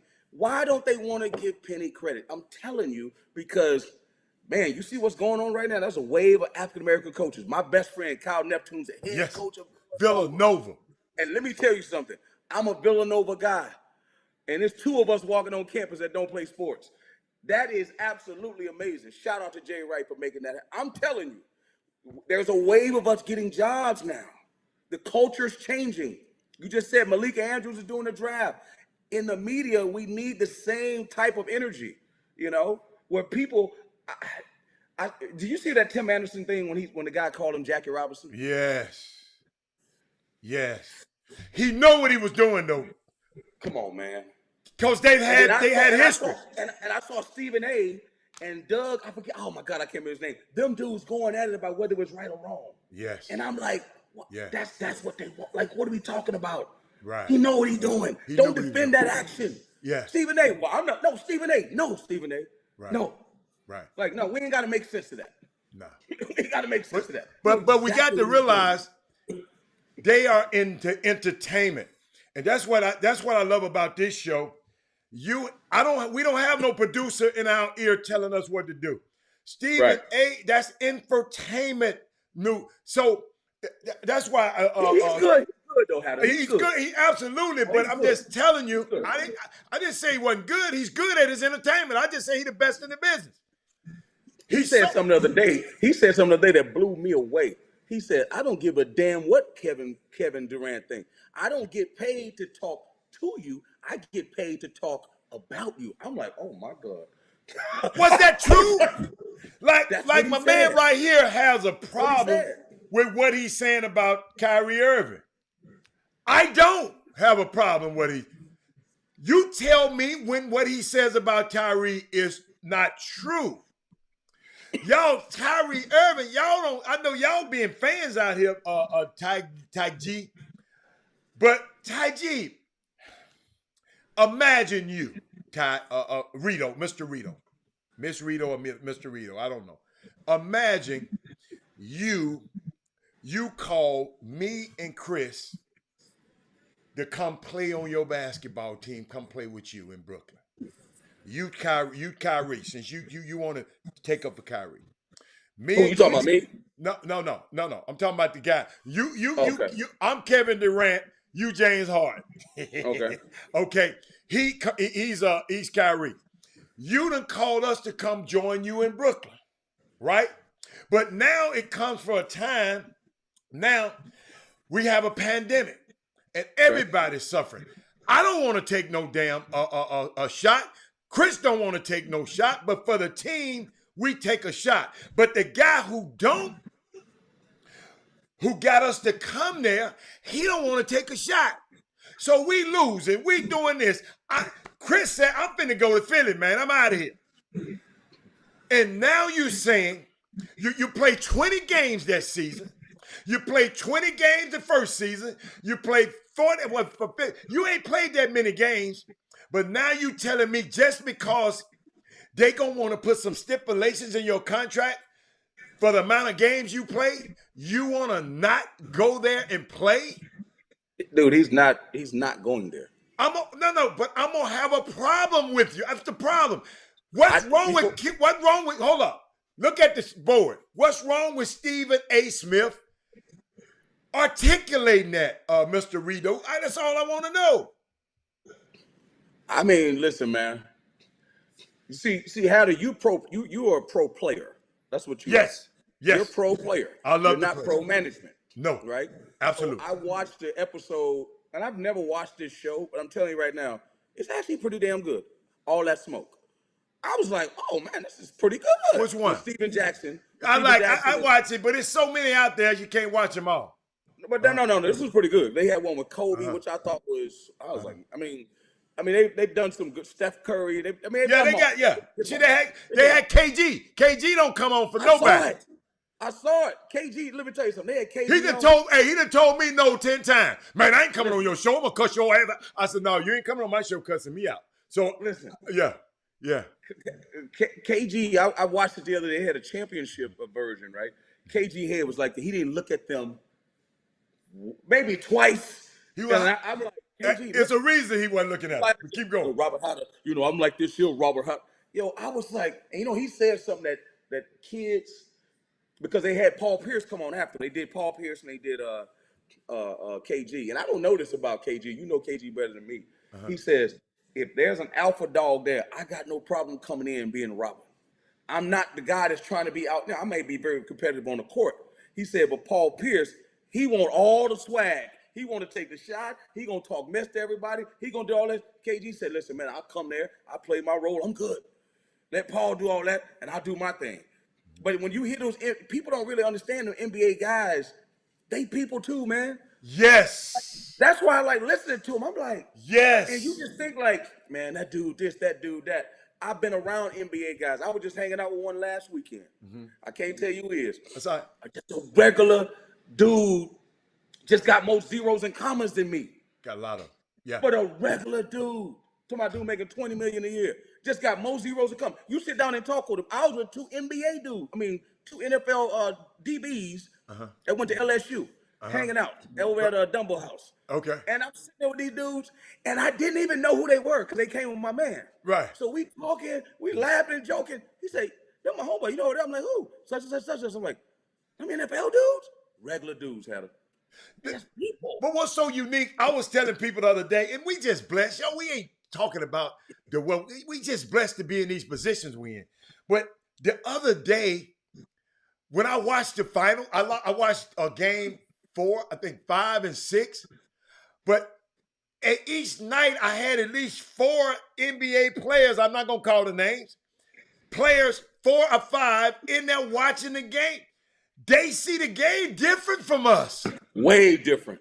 Way different. I'm sitting there. You see when they put Pat Beverly on with Steve? Him talking? He gonna be good. He gonna be good. Somebody got to teach him how to dress and cut them braids off. We gonna get it. Other than that, I like Pat. I'm not even a Pat Bev fan. Me. But when he started talking, I'm like, I'm gonna listen. I'm gonna tune in because Pat Bev is giving me a perspective that you don't get. Ain't no player ever called Chris Paul a cone. Ain't no never player had the nerve to say, dude, he's a cone. We go around him every damn time. Unbelievable. Ain't no player ever said that. He probably shouldn't say that, but I'm just saying he's still. Why he shouldn't say it? He's still in the league. Hold up. Keep calm. So why he should say it? Hold up. Chris Paul had the damn nerve. Hold on. Yeah, I'm glad you said that. Chris Paul, I'm watching click. He had the nerve to say that. Which I agree. You know what's funny? He have the nerve to say that. I got you, Jimmy. He has the nerve to say that, and you saying that it's all right. He shouldn't. Somebody asked me the same question yesterday about Steph Curry. He says, "Is he the greatest of all time?" And I said, "The game, Adam Silver, right? They're talking about changing the rules for the All-Star game. How you vote? They're saying making it positionless, right? That's what they're trying to do because the game has changed and evolved so much, right? And hold on, what are you about to say?" This man said 9 teams all defensive and he'll cone. That is Pat Beverly's perspective on Chris Paul. You ain't been in NBA, Mr. Rito.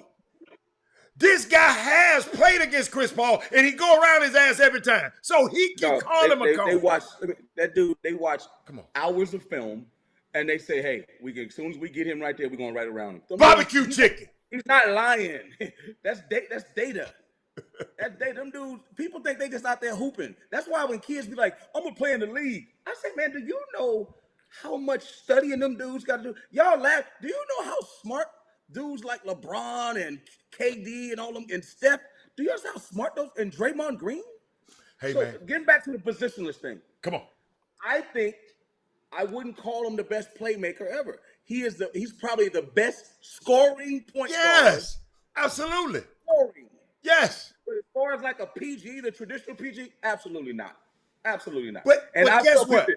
Let me ask a question. I'm gonna ask a question. You can come up with that. Who would you rather have? We're gonna put them in, and we're gonna lace them over each other. Would you rather have Steph Curry or Magic Johnson? I love both. I got to have Magic because he's 6'9". I got to have Magic. Would you rather have Isaiah Thomas or Steph Curry? That's not fair. Because that's not fair.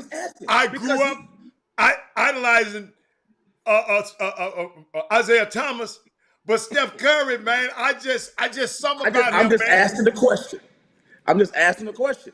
So is he better than Mark Jackson? Hell yeah. Is he better than Ross Strickland? Hell yeah. I mean, there's guys that he's way better than. Is he better than John Stockton? Yes.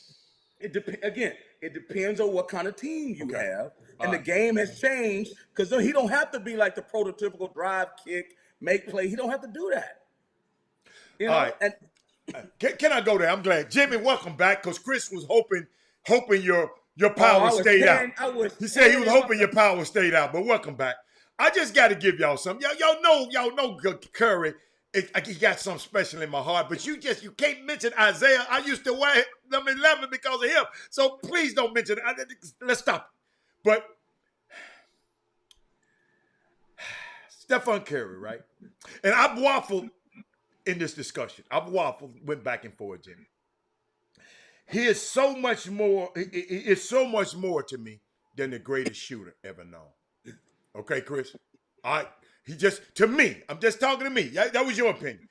He goes to the basket with admirable ambidexterity.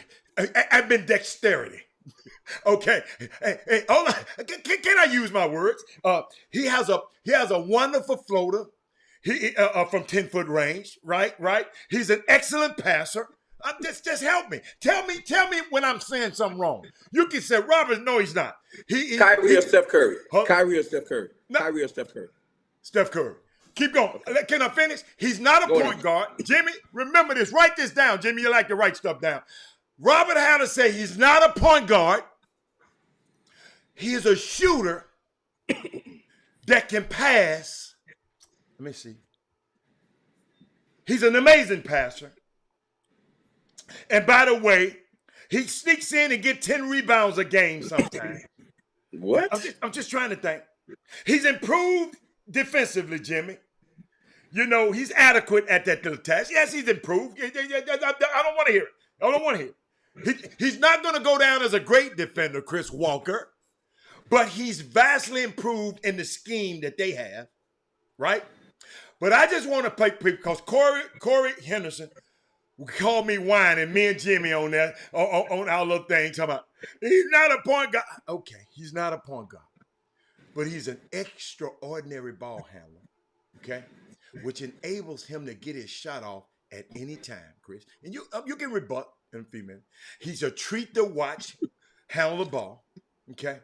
He's historically great. Okay, he's not a point guard. I'm gonna repeat again, Jimmy. Write it down. I said it twice. He's not a point guard. That's it. But that's not his job. His job is to score and pass if he can't score. That's his job. Draymond Green is the point guard of that team. But keep going. Jimmy, what did I just say? Write down twice, Jimmy. What? I just said he wasn't a point guard.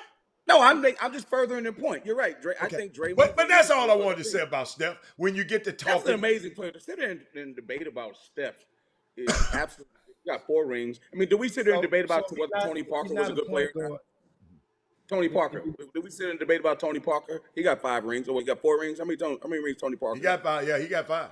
He was there for all 5? But he ain't. Yeah, he ain't in this discussion though. Jimmy, what was Tony you about Parker to say? should. Tony No, Parker should be I'm in the just Hall of asking Fame. a question. You don't think?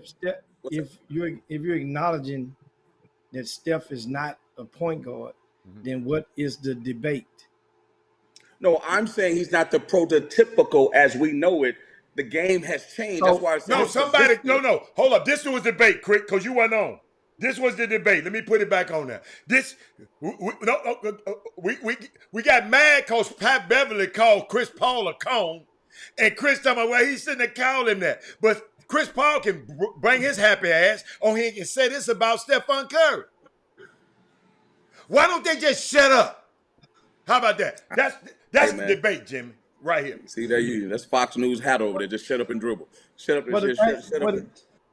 the thing is that their positions, and once again, Steph Curry, what's so hurtful? It's kind of remind me like in grassroots basketball or in amateur basketball when everybody try to peg these kids into a certain position. Okay, what's so wrong if saying Steph Curry is a shooting guard? Nothing. What's wrong with that? Ain't nobody saying he's a shooting guard. He just say he's not a point guard. Guess what? Think about it like this. Akeem Olajuwon went from power forward to center. Didn't nobody whine at all. And during those days, it was a big ass difference. It was a big difference because people respected positions way more back in those mid 80s. But why people got to say about why Chris Paul got to say this though? Yeah. Why did he have to say that? Well, remember now, rivalry Tyler, that's a stuff. quote. So I don't know the conversation from what the context of that quote came from. See, Because hold on, because the other day Andre Iguodala came on there and said Stephon Curry is the greatest point guard alive. Corey Henderson come texting me and you talking about he's not a point guard, he's not a point. And then this dude talking about he's a great shooter. So are you trying to down being the greatest shooter? See, Steph is the greatest I said shooter. he's the greatest scoring point guard. That's what I'm saying. So now you're putting him back into a peg. Now you're pegging him back to a hole. I'm saying he's because So that's what I'm saying. Why put him in a hole? Let me ask you a question. John Stockton is all-time leader in assists and steals in NBA history. Okay? All-time leader. So my thing is in what? In a what? Steals So? and assists. Who's all-time leader in steals? I said, so what? Okay, he's a different. So people in their mind, John Stockton is a prototypical point guard. Prototypical. Stephen Curry ain't gonna ever lead in steals, ain't gonna ever lead in assists, but he's equally as good because he's a scoring guard. So the question is, what do you value more? The impact on the game. So my thing is, Steph Curry has an amazing team. They come on an amazing era, and he's a very good player. So who's better? That's the question. Hey, Jason Kidd or Steph Curry? Hey, teacher. Great player, man. You know, hey, Jimmy, like I'm in the class. Teacher. This man bring up John Stockton, right? Right? Hold on. All-time leader. Hold on. Jimmy. Don't bring up nobody who ain't got no damn rings. Cause Jimmy, what you talking about? James ain't got no rings. Ain't got no rings. James ain't got no rings. He played during the era of the GOAT. So let's stop that. He played during the era of that dude. The Black cat. But when people don't have rings, y'all use it. I can't stand you ring bearers. I can't stand you ring bearers. He ain't got no rings, Robert. He ain't got no rings. He ain't got no rings. He's not a good player. Huh? Hey, Mark, hey, there's dudes that are scrubs at the end of the bench that got rings, so we don't need to talk about that. Let me ask you a question. What do y'all think about Sharif O'Neal going at his dad's neck about going to the NBA? Come on. I didn't see it. Talk to me. I think that well, basically what he went at his neck, he just the interviewer basically squeezed him about Sharif going and working out. He had a couple of workouts. One was with the Lakers. His dad, Shaquille O'Neal, was not a supporter of his son going into the NBA that way or trying to go this way. He felt the egg had not hatched yet with Sharif. So Sharif's response during his conversation was, hey, I'm going to say it, but we both grown and we'll get over it. like, and that was the form of the way that he said it was kind of, so it's you live and you learn. He shouldn't have went there with it. That's his dad. It wasn't nothing bad, but he acknowledged that he's doing this, made this decision without consulting his dad, without the blessings of his dad, and he's grown. His dad is grown, and they'll get, And he got a mama and he's got a strong mama too now. Let's keep something straight. Got a strong mama. I mean, I've sat next to him at Mastro's watching the game, didn't know who they were, and I was like, oh, okay. And he played like 2 minutes. But I'm thinking, it's the funny part about certain guys, the league, and how wait a they minute. get it. Ain't his dad an analyst on TNT, the most decorated show? Oh no, I'm asking. Is his dad? Do his daddy know anything about basketball? No. Not only that, the place where he just came from, there's a statue of his daddy outside, and the place where he wanted to play in LA, there's a statue of him there too. So what I said earlier, Jimmy? What Jimmy did I what I tell you earlier, Jimmy, about the static, the extra static these kids are getting in their ears? So I don't want to listen to this guy who done it. He got the Jimmy. Ain't you say he been influenced by something else then?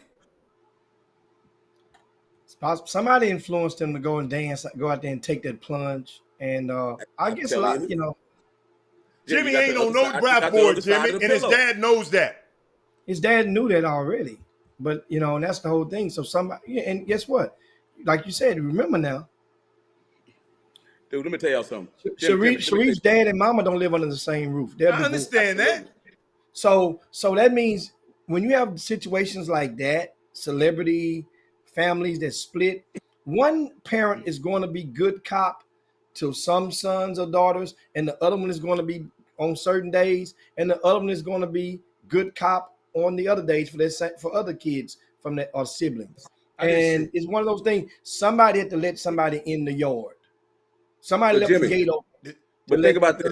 Giannis got two brothers. Mm-hmm. Which one of them ever did anything before you got to? And they ain't done nothing in the league. And they in the league because their last name is. They getting checks. No, but he said they're in the league. He said they're in the league. Antetokounmpos, those dudes. I covered Dayton. His brother never played a minute in the league. The other brother in the league. His last name is O'Neal. One of them got drafted though. Giannis got drafted. He got drafted, but he was no good. I'm telling you. I understand. I got you. So what are you trying to say? Last year, he was serviceable last year. His last name is O'Neal. Okay. One of them dudes might throw him a bone and put him number 15 at the end of a bench. I'm telling you. Okay. But his dad just said, homeboy. I mean, Hey, Jimmy. The NBA Players Camp is coming up, right? We're gonna both be there. Yeah. Other than being a really good player, what's the other way you get to the NBA Players Camp? Daddy, legacy. Thank you. I'm telling you, man. Politics matter. But we ain't talking about whether or not he gonna go or not. We talking about the feud between him and his dad. I thought that was the discussion. So the kid, in the kid's mind, he might be like, man, I can get there. But he gonna get there because of who? His dad's name. The guy who he's saying he's not gonna listen to. So you gonna use my you gonna use my name. Hell up, if his name was Sharif Hatter, he would have no chance. You right about that.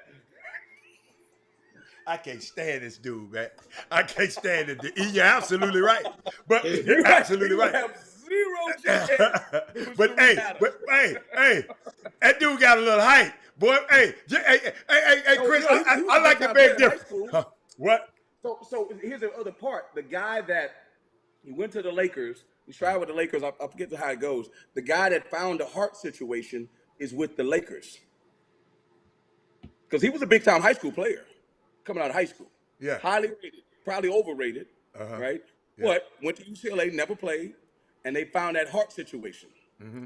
So he ended up playing at LSU. He's still decent, but, dude, I'm telling you, man, they say, well, how do you know a guy's a pro? If they pick you. If they pick you. Absolutely. If they pick you, do you have a check that says the NBA where they give you a check? You a pro. So, NBA pro. Hold on. We got to say that. We got to qualify that on this show. Because some people, NBA pro. Yeah, NBA. Okay. All right. Yeah. If they Jimmy, pick you Jimmy, and they put you on the team, should have been you're okay. smiling at that one. Huh? Jimmy should have been smiling at that one. Because there's some Why? people just said, man, pros, pros, pros. We talking about NBA pros right now. Man, let me tell you something, man. I've been. This has been a crazy year listening to kids Absolutely. and parents about this process, right? And again, I wrote it. I know a lot of y'all probably haven't written my book, Elephant in Our Room, but to me, right, it's again, as I said before, if you think your son has it, the metrics, if he's 5'2", what are we talking about? Let's stop. But if you got a son that's 6'7", 6'8", 6'9", and fly and X, Y, and Z, you gotta ride that horse a little bit. You gotta You put have the to. interest in it. You got a son that can throw a 100-mile-an-hour fastball. You got a son that has a unique ability to hit a golf ball or Absolutely. tennis. I mean, you owe Absolutely. it to yourself Absolutely. because of where this work, because that's the dudes that get there. Yes. People that put Absolutely. the time in, 10,000 hours. Malcolm, like you said, 10,000 hours. That's what it takes. But some of these other people, one dude, I'm not going to say who he is. I said, hey man, and I'm gonna blame a guy like Hatter for this. I said, man, what? Yeah, yeah, that's what we do. We do too much. So when I say that elephant in our room, the conversation is what conversations are people having? I said, bro, why are you in the draft? Like, what are you doing in the draft? He says, because the agent told me, listen to it, because the agent told me that I had a shot. I said, okay, the agent told you that. I said, so you got a COVID year? He said, yeah, I still got another year of school. I said, what? I said, what are you doing in the draft? And here's what happens. Tell me. Jimmy always say, the retraction is printed on what side of the page, Jimmy? Or side of the book? In the back. Mm-hmm. In the back. Where you don't see it. Right. Because you know what people see? Oh man, he just tweeted he going to the league. Oh man, he put his name in the draft. So? So I can put my damn name in the draft. What does that mean? Oh man, I'm telling you, he was first team all league. So I asked the question. I said, man, let me ask you a question. What did the NBA guys tell you? Did you get some feedback? No, I never got no feedback. I just trust the agent. Jimmy, you what I just said? I said, you didn't get no feedback? Because if you got feedback, it would say, stay your ass in school. That's what they would say. But you know what I learned? I'll never forget this. Tim Floyd was a head coach at UTEP, and we were doing one of their games. I forget the guy. He's from Chicago, Victor something. Thaddeus Moody on the feed. He'll know Victor. I can forget his name. Played at UTEP, and he called because Tim Floyd was the NBA coach. He called a ton of GMs and just let Victor. I can't remember Victor's last name, and just let him listen. Let him listen, Jimmy, to what every one of them said. And they all said, no chance, stay in school. No chance, stay in school. Do you know that kid still put his name in that draft and then get drafted? So one thing I know is when they want to do what they want to do, you can forget about it. Because they don't understand how hard it is. They just don't understand. And then when we try to shed light on it, people get upset and they call you dream killers. The NBA draft, dude, it is 30 dudes that are going to get guaranteed contracts. 85% of the second round don't make it. 85%. 85% don't make it. So 15% chance you get the second round, you may stick with a team. Most of those guys are going to live their life in the G League. So if that's what you call living, God bless you. And I'm not telling the guys not to. I'm a professional basketball player. Hey, man. Hey, I feel you. Do your thing. But again, Jimmy, what is success? That's my thing. What is success? For me, I just shake my head, man, when I see some of these dudes. I'm like, man, I'm telling you right next year, I'm going to have a chance at the league. Dude, there's 4,500 players. What the hell are you talking about? There's only been 5,000 NBA players in the history. Like, what are we talking about here? Under 5,000. But keep going. Under five. I'm saying, like, what are we talking about here? Like, why are we? That's what I'm saying. Like, what kind of conversations are we having in our freaking households? Because we're not overmothered, underfathered. Overmothered, underfathered. I hate to say it. I Because you got a dad. wonder where you got that from. What's that? I wonder where you Okay? got that from. Keep going. Stole it from you. But it's the truth. Over mother, under father, bro. I'm Right. telling you. You know, I was over mothered, under fathered. I was just by the grace of God, I had favor on my life that I Right. was able to navigate and had the good Lord upstairs that, that Yeah. knocked down some bushes for me. But Right. other than that, man, I could have easily been going down one of these other roads. Right? So my thing is, again, the NBA draft, we're gonna make some millionaires tonight. Yes, sir. We're gonna make some dudes some millionaires. And then the Absolutely. next question I'm gonna ask is, how many of them got black agents? How many of you We think go got through it? that every year. We We go go through through that it. We every tell every year. We tell year. everybody in the chop shop, pay attention to the tables, and you'll see that answer for yourself. Just look at the tables. And they done got slick now, Jimmy. They don't even show the tables that much no more. As much. Well, it was COVID the last couple of Right. years, so it was kind of like that was one. I'm hoping that might have been one of the reasons because of the COVID thing, the COVID situation, and people sitting there. But And then one year they did it virtual one year, but pay attention to you know, the table. and I don't like, we can pay attention to that. But I was watching the other night, Chris, and you can share it. You can share this. You can have a comment on this. Tiger Woods' manager, Mark Steinberg, who made a fortune off of Tiger Woods, him and Mm-hmm. IMG. The other day, boy, he was walking around with that trophy he was with Matthew Fitzpatrick the other day. So, but well, another guy, a white guy now, but I'm just saying, Mark Steinberg made a fortune, his whole generation after next generation on the back of Tiger Woods, and that's all listen. Y'all can sign with whoever y'all want to, but just Yeah, understand these people, the Rob Palinkas of the world. Because, Jimmy, we have to keep repeating this. Because old people like you ain't going to never get it. But, Jimmy, so it's going to be some young people that's going to it's going to come. They're going to get it. You got to keep telling this generational after generation with Rob Palinka right now, because he had black players he was representing. Kobe. He works for the Lakers, the most storied franchise in the history, because he represented some black players. Then we got Bob Myers, Golden State, one of the winners, then created a dynasty out there.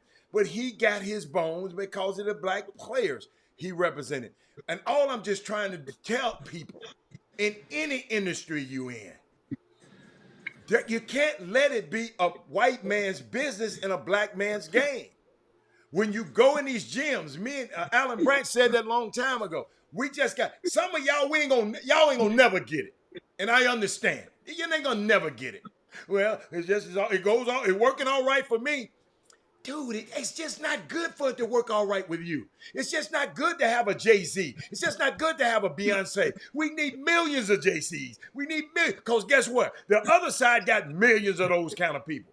So the point I'm trying to make, man, sometimes, it ain't about we saying this every year, Jimmy. It's because our new generations need to understand. Some parents are waking up. You don't know them, but I've been meeting with them around the country.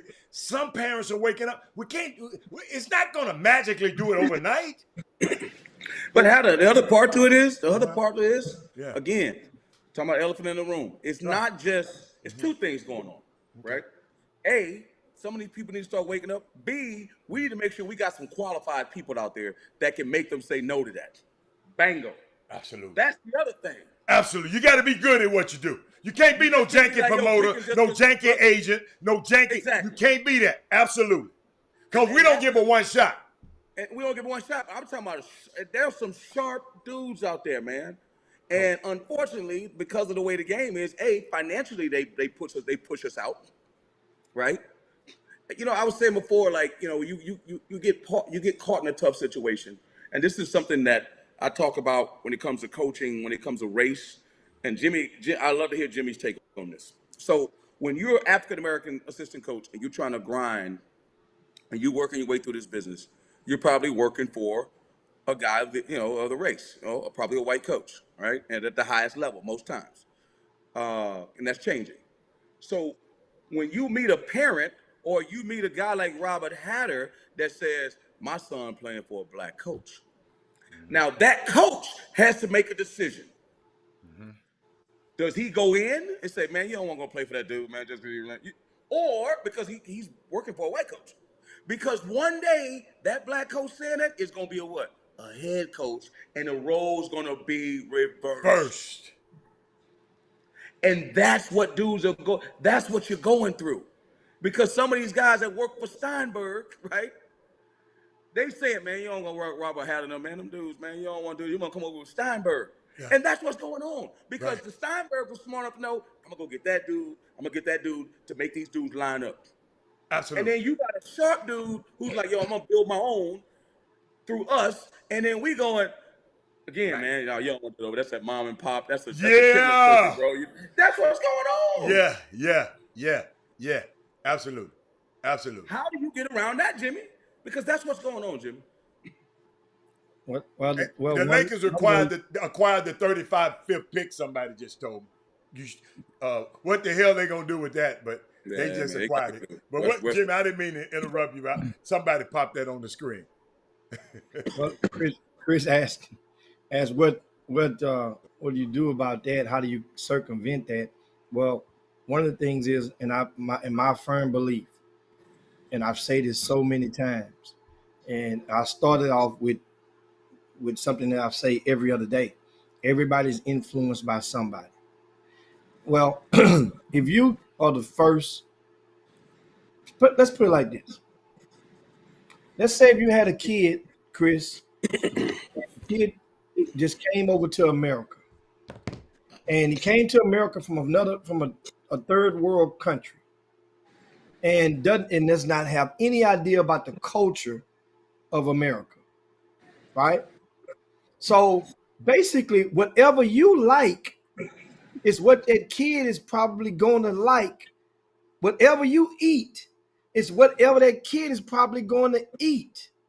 There's going to be something he might be allergic to that you might not know it till later on. But whatever music you listen to is going to be the first music of preference that that kid is going to listen to, and on and on and on. So my point is, if you can let him know when you meet him, hey, I'm gonna introduce you to somebody, Robert Haddon. He got a son that went to this school, and let me tell you something. And we're gonna sit down with him now. And listen to him when he talk, he gonna be giving you all type of nuggets. Don't ignore him, right? So that means now you've programmed that kid for when he meets Robert Haddon to give him the utmost respect or attention. Now, in the same breath, you might say, my other partner, gonna be Jim Hicks. He gonna wear a hat. When you see him, you're gonna know him from across. He's gonna wear a hat, right? He ain't never played basketball past damn ninth grade. You know, he don't know nothing he talking about. Don't worry about it. He just know that he just gonna be talking. Just nod your head and say yeah, whatever he's saying, right? Let me do all the talking after that. He don't know nothing. So now you've programmed that kid that whenever he meets me, I'm already been devalued. I've already been degraded. I have no earthly idea that you've had that conversation of influence to that kid. So now when I get to talking to him, guess what he's going to be doing to me? Nodding his head. I'm thinking I'm reaching that kid. I'm thinking he's getting everything I'm saying. You've already told him whatever I'm saying don't mean shit. So this is how you transfer that over into society. That's why conversations that yesteryear adults used to have, they were not in the presence of the kids. Now, grown folk and their kids are bros. Yeah. You see? Yeah. They're buddies. That's my dog. And I mean, they're really feeling it. That's my bestie. They drinking together. They're smoking together. That was taboo in yesteryear. This is what we're dealing with right now. So that means a lot of people, when they go and they meet, I'm looking last week, true story. Akeem Olajuwon comes in the gym to watch his sons play on a 7th grade team at the tournament this past weekend. I remember when I first started in this business 2 decades ago, when Akeem came in the gym, the game damn near had to stop. Akeem had to have security. He ain't got to have security no more when we come in the gyms right now. Even the dream has been, like, in a sense now, don't get it twisted, he's respected. But those young kids have no earthly idea what he used to do on that court. Or I think he's a scrub. I'm just telling you, because Akeem doesn't dress the part as that. He doesn't come in. He's old too. He's old too. I'm just saying, he doesn't dress. Akeem wants some old. Ain't no creases gonna be in his sleeves. It's gonna be ain't no Louis gonna be on his shoe. If it is, you won't know they Louis. You know what I'm saying? He ain't dressing the part of this stardom in a city like Houston for some of the guys that we see. He ain't dressed in suits every day. He's coming. But my thing is, John Lucas was in the gym last night. Yeah. They don't know, man. They don't know. John Lucas was in the gym last night. And Go on, Jimmy, you good? And guess what? A lot of the people, only the people from the team, they come up to John. Ain't nobody asked John Lucas for not a single autograph. Not to realizing that autograph, what it could be worth based on his contributions to the basketball society on multiple levels. Hey, the best question. The NBA draft is tonight. Trivia. Yeah. Where was John Lucas picked in the draft? Number one. Number one pick in the draft. You know what, Chris? Number one pick in the draft. I got a challenge right now. And just in Houston, people that see him all the time, ask a kid not what year, that's not fair. What number, that same question, what number did John Lucas get picked? Oh, they won't know. Number one? They won't know. No, I'm talking about a kid. The next this weekend, 5 kids that play basketball. They wouldn't know. In the state of Texas, primarily, if you come across 5 this weekend, I'm gonna do it when I'm in Dallas. I'm just gonna do 5 at random. I'm gonna do something better for you. I guarantee you, ask kids who are the top 10 kids that get picked in the draft. Most of these kids probably ain't even watching the draft or don't even know. Talking about tonight. You talking about tonight? Yeah, they'll be like, right. I'm just telling you, man, their attention span to the game is crazy. I want to tell this quick story. I know, we got to go soon.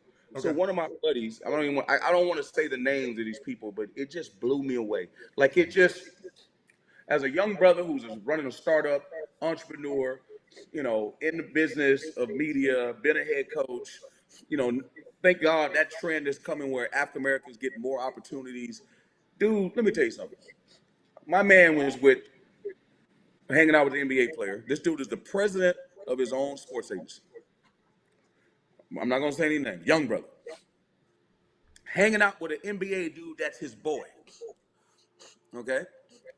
His boy says to him, hey, man, I sure wish we wasn't boys. Because if we weren't boys, I wouldn't let this certain other agent, I don't want to say his name, I don't even want to say his name, who's, white guy. If you weren't my boy, because we would fight all the time, and I could never let you represent me. I said, hold on for a second. Let me get this right. Do you trust him? Yes. Does he trust you? Yes. Do you have a key to his house? He says, yes. Does he have a key to your house? Yes. I said, that's a very, very, very, very good relationship. I mean, you had to know where I'm going with this. That's a great relationship. If you trust somebody enough to give them the key to your house, right? Have access to your life, and at the same time, take care of your wealth and direct your career, give you advice, but you letting another dude get 3% of your money? Another dude, when your homeboy. That's the kind of stuff that's going on, guys. How do you know what I'm talking about? I know exactly what you're talking about. Ask Robert Hatter, Ty Law, can you walk in Ty Law's house right now? Ask him, can you go to Charles Woodson's? Tell him, Hatter. Oh, yeah, easy. I got the codes. You don't have the key no more. You got the codes. That's exactly. But what Yeah. I'm saying is, why wouldn't you want? Okay, so what? Y'all gonna fight sometimes. Yeah. Yeah. No perfect friends. Fighting is good. No perfect enemies. Yeah. Just perfect what? Permanent interests. No permanent friends. No permanent enemies. Permanent interests. Right. Keep our eye on the ball, and the goal is intentionality. Jimmy knows this. He says this all the time.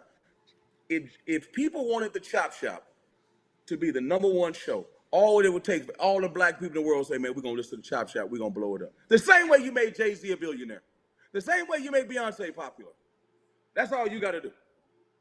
If they wanted Jimmy to be the #1 writer, be on ESPN and whatever, all people got to do is when they want to break news, they let Jimmy break it. Am I right or wrong, Jimmy?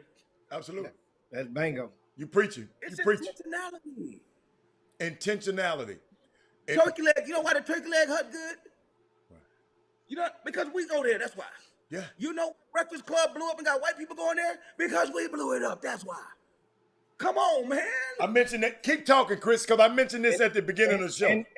And we put the influence on others who were visitors that we all knew when they came to Houston at one point in time. Say, man, we're gonna wake up in the morning. I got this breakfast spot I'm gonna take you to, man. Just open up downtown, call it Breakfast Club. Man, you're gonna love this. Think about it. So that means already we've programmed that person that they got to go to. They're like, just like at one point in time, there are different cities that different. You go to Kansas City, there's different barbecue places that people gonna influence you to go to. I go to Chicago. I thought there was a pizza place that I loved, and then somebody told me, "Hey, man, that pizza, that's a regular pizza. We got 4, 5 pizza joints better than that place." Same thing. You go to Atlanta, you go to one. We've been told, some people have been programmed us to think that one strip club was the end all, the be all, and it's good now.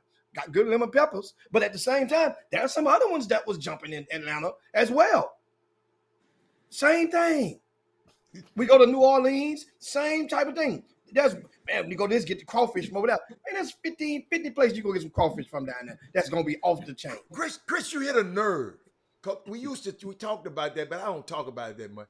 But we do have the power to do it. But what? But why? Some people won't even share the show. Chris, we could be on here and let's see. How many people? How many people on the YouTube feed? And they won't even hit the like button. It's 43 people probably on there. You might have 3 or 4 likes.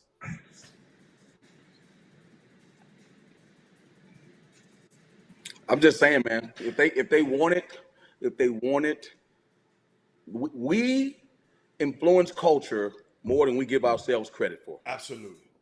If we have made Balenciaga, let me tell you something, guys. You got it on your hat right now. Had to pull my hat to something, I thought Hatter was lying. I'm in the city of Houston. Hatter told me this, I couldn't believe it. We looking for somewhere to watch the game. Remember that day, Hatter, we was walking around. We was going to that place, Joey Uptown. They didn't have TVs. Remember that? Mm-hmm. We end up going to, what's the spot over there? Me and Ed Pinckney go all the time. Inside. Del Frisco. It's a great place to watch the game, right? Right. Hatter says, hey, man, don't you wear your watches up here, don't you? I'm like, what are you talking about, man? This is a Galleria. They got Gucci. They got Hermes in there, man. They got this. Man, let me tell y'all something, man. I walked into Saks Fifth Avenue in Houston, Texas. And there was a cop. You know the area I'm talking about? Where the Balenciaga, where the Gucci, not even and the shoes and everything. That's to the left. That's to the left. Oh, dude, I could not believe what I was seeing. I said to myself, man, walk the rest of the store. I walked to the rest of the store, not a cop in sight. So then I bought, I had to go and cop me a pair, whatever. But I bought something, right? And I asked the dude, I said, man, I've been all over the world, man. I live in New York City. I've never seen this. He says, man, white people don't come to this mall no more. I said, what you talking about, man? I said, hold on. What do you mean? He says, man, look out there right now. Look who's shopping. Them shoes cost $1,200 a pop. Look who's buying it. We have the power to make Dior. We got the power to make Gucci. I'm sitting here with a $500 hat. We got the power if we want to do it. You need to go get your change back, but keep talking. Yeah. I ain't say I paid for it though. We got the power.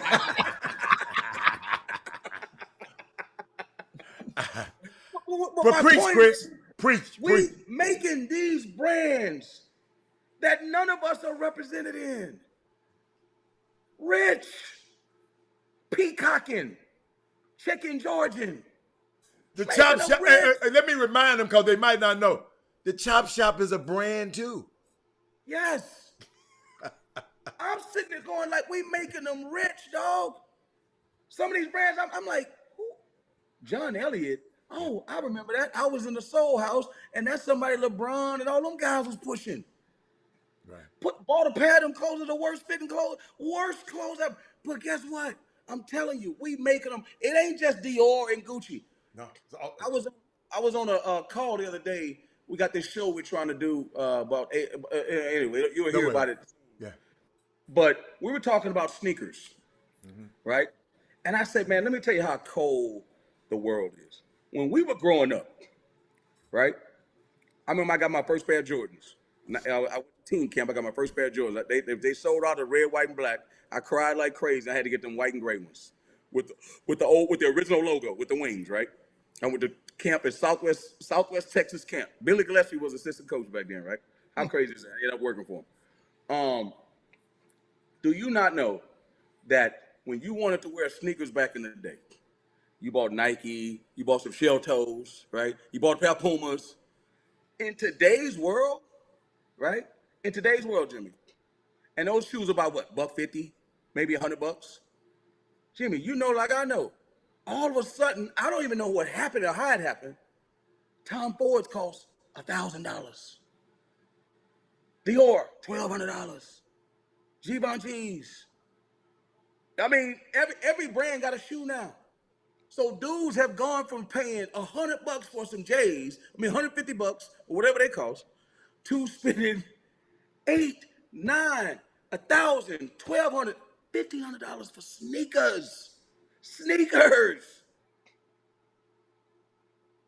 How do you think that happened? You know why it happened?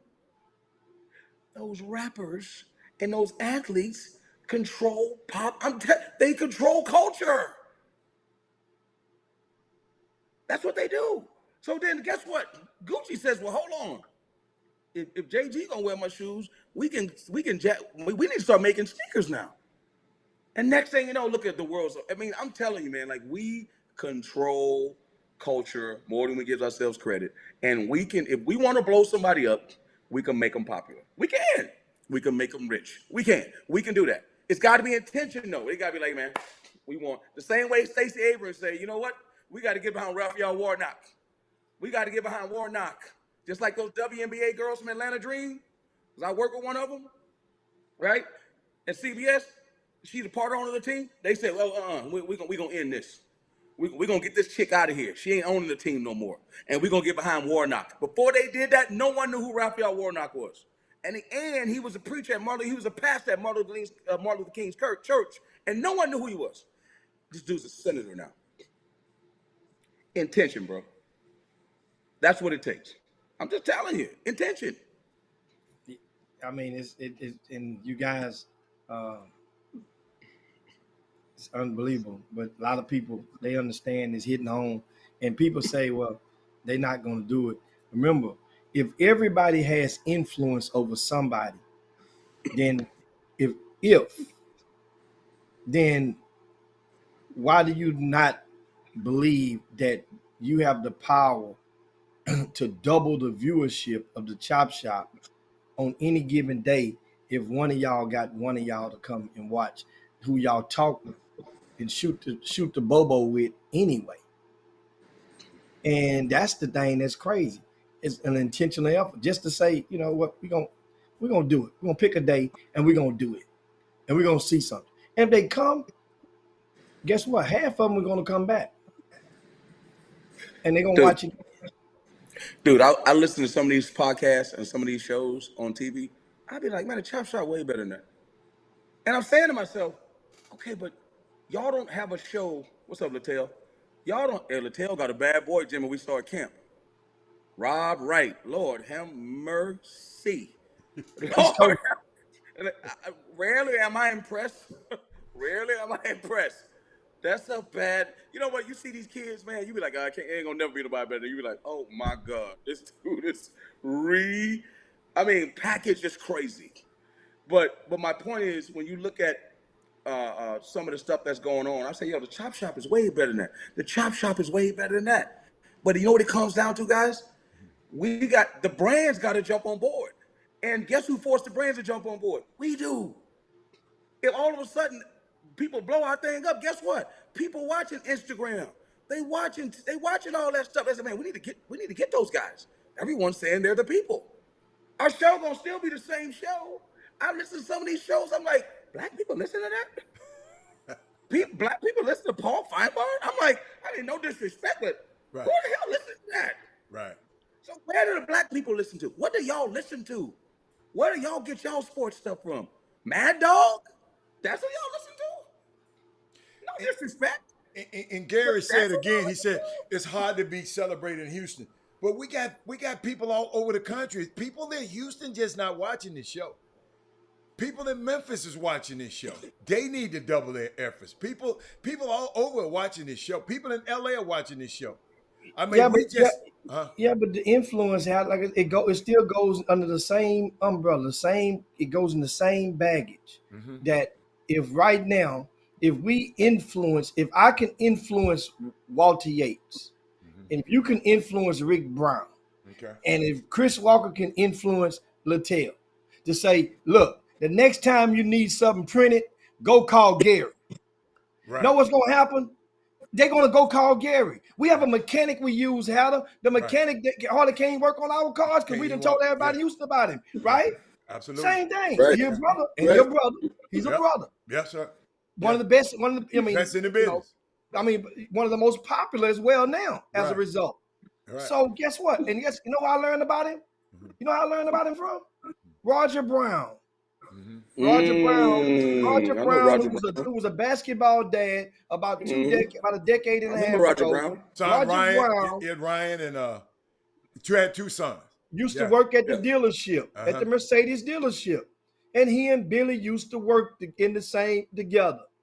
Billy was in the turning boats, and Roger Brown was up front as a sale. And that's word of mouth. Right. Yeah. But once But again, attention the though, Jimmy, like you influence, said. the Yeah, influence. yeah, People yeah. don't want to influence. So here's the thing. If there's a collective, say, okay, we call a play in the huddle. Here's what we're gonna do. We're gonna push this. People do it in stores all the time. All the time. You go to liquor stores to go buy some wine, and those guys, you go down the aisle, and the person comes to you. "Well, I need me a good red blend or a good cab." Know what they gonna say? Know what they gonna tell you? The wine that they're pushing of the week. Jimmy, I drink Casamigos, right? In my mind, I don't even know why I drink Casamigos. Because it all tastes this vodka is vodka to me, man. But guess what? I thought Casamigo was tequila. I mean, I'm sorry, yeah, tequila. Okay. So what I'm Okay. saying is Don Cool. Julio, this, whatever. Yeah. Oh Yeah. man, this is a better tequila. You know why I Right. drink it? Because it was Right. popular. Right. It was Right. people started. I remember when people used to order certain drinks. I'd be like, man, remember when Cosmos was popular back in the day? Yeah. Lemon Yeah. drops. People don't drink that stuff no more. And so what I'm saying is, you're right. Where if people would say, you know what, man, we're gonna blow it. We're gonna blow. Hatter said something to me. I'll never forget. I can't even say the name because Hatter get mad at me. Because Jimmy just mentioned a point about Roger Brown giving you that mechanic. You said you represented certain guys and they would not help you because they were selfish and they wanted you to themselves instead of helping you grow. But Absolutely. guess what Kobe Bryant did for Rob Pelinka? Yep. James Harden Yep. and Kevin Durant. No, That's what he did. No, he didn't get Kevin Durant. He got He did. what's the boy name? Kevin. Somebody else got Kevin Durant. No, I thought he was his first. He was his first agent. I thought. Nah. Rob Pelinka was his first Oh, he agent. might have been. Okay. In His the first beginning. agent. No, I'm not saying Okay. he was his Oh, you first talking about agent. the first one? Okay. He left First, Rob and went somewhere else. Yeah, he left Cause Rob. he was with the one of the big. Yeah, it was. I don't left know. Rob. I don't remember being Rob, but it's okay. I'm telling you, Uh-huh. Kevin Durant. But Uh-huh. anyway, my point is that he Kobe helped that dude build his agency. Now they were doing it together. I'm sure you had Kobe Yeah. probably owned part of the agency. I mean, it was probably some other stuff going on with it. But Mm-hmm. you again, and you're gonna chop me up. Mm-hmm. But that's why I like LeBron. No. That's why I like LeBron. That's why you got me to like Lewis Hamilton. Yeah. Because they using their power to make these people understand, Yeah. hey man, if I want this to happen, God done blessed me to have this position. Right. I got responsibility. I can't turn my head. But that's You what got, I like about LeBron. But I'm keep going. telling you, Yeah. dude, Bubba Wallace got a black mama, white daddy. Actually, I take that back. Yeah, he does. Mama black, daddy white. Mama black and daddy white. Right. Right. Man, you got to watch that special on him. Yeah, man. I got it. Yeah. Oh my God. Yeah. Yeah. I mean, I'm just saying, it's got to be intention, man. We got to, dude. If I know a kid, for instance, like Junior, I hope Junior get drafted tonight. I don't know what's gonna happen. Yeah. But anytime Junior was on that screen on CBS, I'm saying his name. I don't Absolutely. care what nobody say. Absolutely. And I'm gonna say his daddy name. Absolutely. Hey man, I'm gonna say H-Town every time I get a chance. Absolutely. They don't talk about Miami. If I ain't from Miami, I'm from H. It's I'm an just intentional. saying, It's intentional. If people won't listen, man, I'm telling you right now, if you won't, it doesn't make sense to me why some of these things can't happen. And it's only one thing that makes sense to me why it doesn't happen. And how do we talk about this all the time? So one thing that happens. We can't stand to see us be successful. So let me say this. We can't stand to see us be successful. You have to make it on your own. Because if these agents, like tonight, these guys are going to sign these contracts. They cannot, like I told you before about dude said, man, you my homeboy, but you can't be my agent. Hold on, so you okay with the other dude driving the Ferrari? You okay with him having the penthouse? You just don't want me to have it. I got to come stay with you, though. But I can do the same job he's doing. It's slotted, bro. It's slotted. You a bad dude. We good. We got the money. Why? But you're going to give him 3%, and because I'm your homeboy, you're going to give me 1.5. That's the kind of stuff we do. We do that to us. I don't get it. How do you tell me? You need to ask some of them who doing it. Because ask the people that's doing it. It's a lot of people that do it. A lot of people I don't get do it. Yeah. It blows my mind. It defies description. Hold on, man. So he can do the same job. I talk about this with gender. It's not women rock wins. I say if a woman does the exact same job as a man, why don't they get paid the same? Explain that to me. So we can do the exact same job as them, and you know we'll say, well, you my homeboy. I'm only doing this because you my boy. No, man. You doing this because I'm good. What the hell is wrong with you? Right. So why you doing it with him? So you're gonna pay him that, and you want to pay me this because I'm your boy? Well, if I was your boy, give me 5%. Because you don't value that like that. They just don't value. They just don't value in that way. Somehow we've been brainwashed, and we got to get out of here quick because I got an appointment. Yeah, my bad. Get that ball. No, but that was good, man. I'm just glad you came. You made my day. I just didn't realize they clock. That's why I had to get off the screen for a minute. I got to get out of here. But right. it's people, we got to understand the value. If you don't know the value of something, you're prone to abuse it. If that's where abuse come from, you got to know the value. You got to know. I try to explain to y'all the value of this show every single day. If y'all get the emails and the texts that a woman called me yesterday and said, man, thank you. I'm changing my husband's diet because of what you said. Yeah. Yesterday. I want my husband to live. That's value. Stephen A. Smith them ain't told you that. Hell no. You follow me? Because they don't care. But Jimmy, get us out of here, man, because I got it, boy. I got a long drive to go. Yeah, so. Don't forget, guys, it's pretty much time to get on down and decrease altitude and slide down Dino's back and yabba dabba do this thing. Don't forget Astros, Yankees, Chris Walker is on this I'm weekend. gone. It's in town, baby. Yankees. I wasn't letting you leave here without letting you know. We just sent the Hatter. Hatters an honorary Astro now. Matter of fact, Hatter, where your I will toothpick be at? Where in your the Bronx toothpick this on Monday? weekend. We're gonna put our toothpicks in our mouth for Dusty Baker. I will be. I can't go against the Yankees, Jimmy. I'm Yes, gonna be you in the can Bronx this this weekend.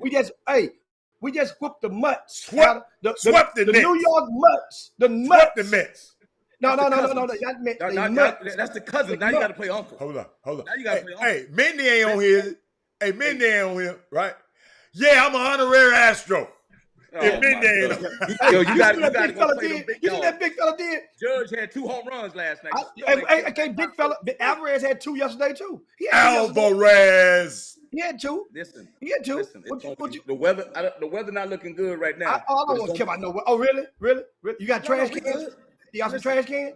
You got some trash Listen, cans? we gonna be. You got listen, Apple Watches? I'm gonna be Apple right Watches there. over there, don't you? You got Let Apple me tell y'all Watches. something. This is the last thing I'm gonna say when I go out. I'm gonna go out. I'm gonna leave on this. I'm gonna hit this I want button y'all on to. I got y'all 2 things I want y'all to do. What? I want you to go to an Astros game one time, Okay. all of its splendor. Then I want you to fly to LaGuardia, Oh, and I want you to go to the Bronx and walk in Yankee Stadium. It is no comparison. the Bronx Zoo. You know why? It 0 stank. It comparison. stank. That's the difference. That's why I do can't stank compare. a little. It stank. Hey, it stank a little Listen. over there, though, Chris. 0 It stank comparison. over there. Chris, it's got a First of little all- odor. It's got a First of little all, I'm from odor. Houston. I'm from Houston. But Houston ain't got that. Oh, that's that city right there, boy. That's that city right there, boy. Hey, man, it's Photoshop, man. That's some Hey, Photoshop. hold up, oh Jimmy. Photoshop. Hold up. If you can make it there, you can make it anywhere. I love the H, but it ain't got that. Say, Alan, don't get it twisted. He rooting for the Yankees with us. When he get to the night, he rooting for the Astros. I know he is. Yeah. Hey, man, ain't no chalk on Chris Walker's shoes ever. He gonna straddle that chalk every time when it comes to somebody there. Man, He gonna get up we out of here, man. I'll see y'all See tomorrow, you man. guys on Monday, man. We on up out Monday. here. All right. Go Big Junior. Rock it.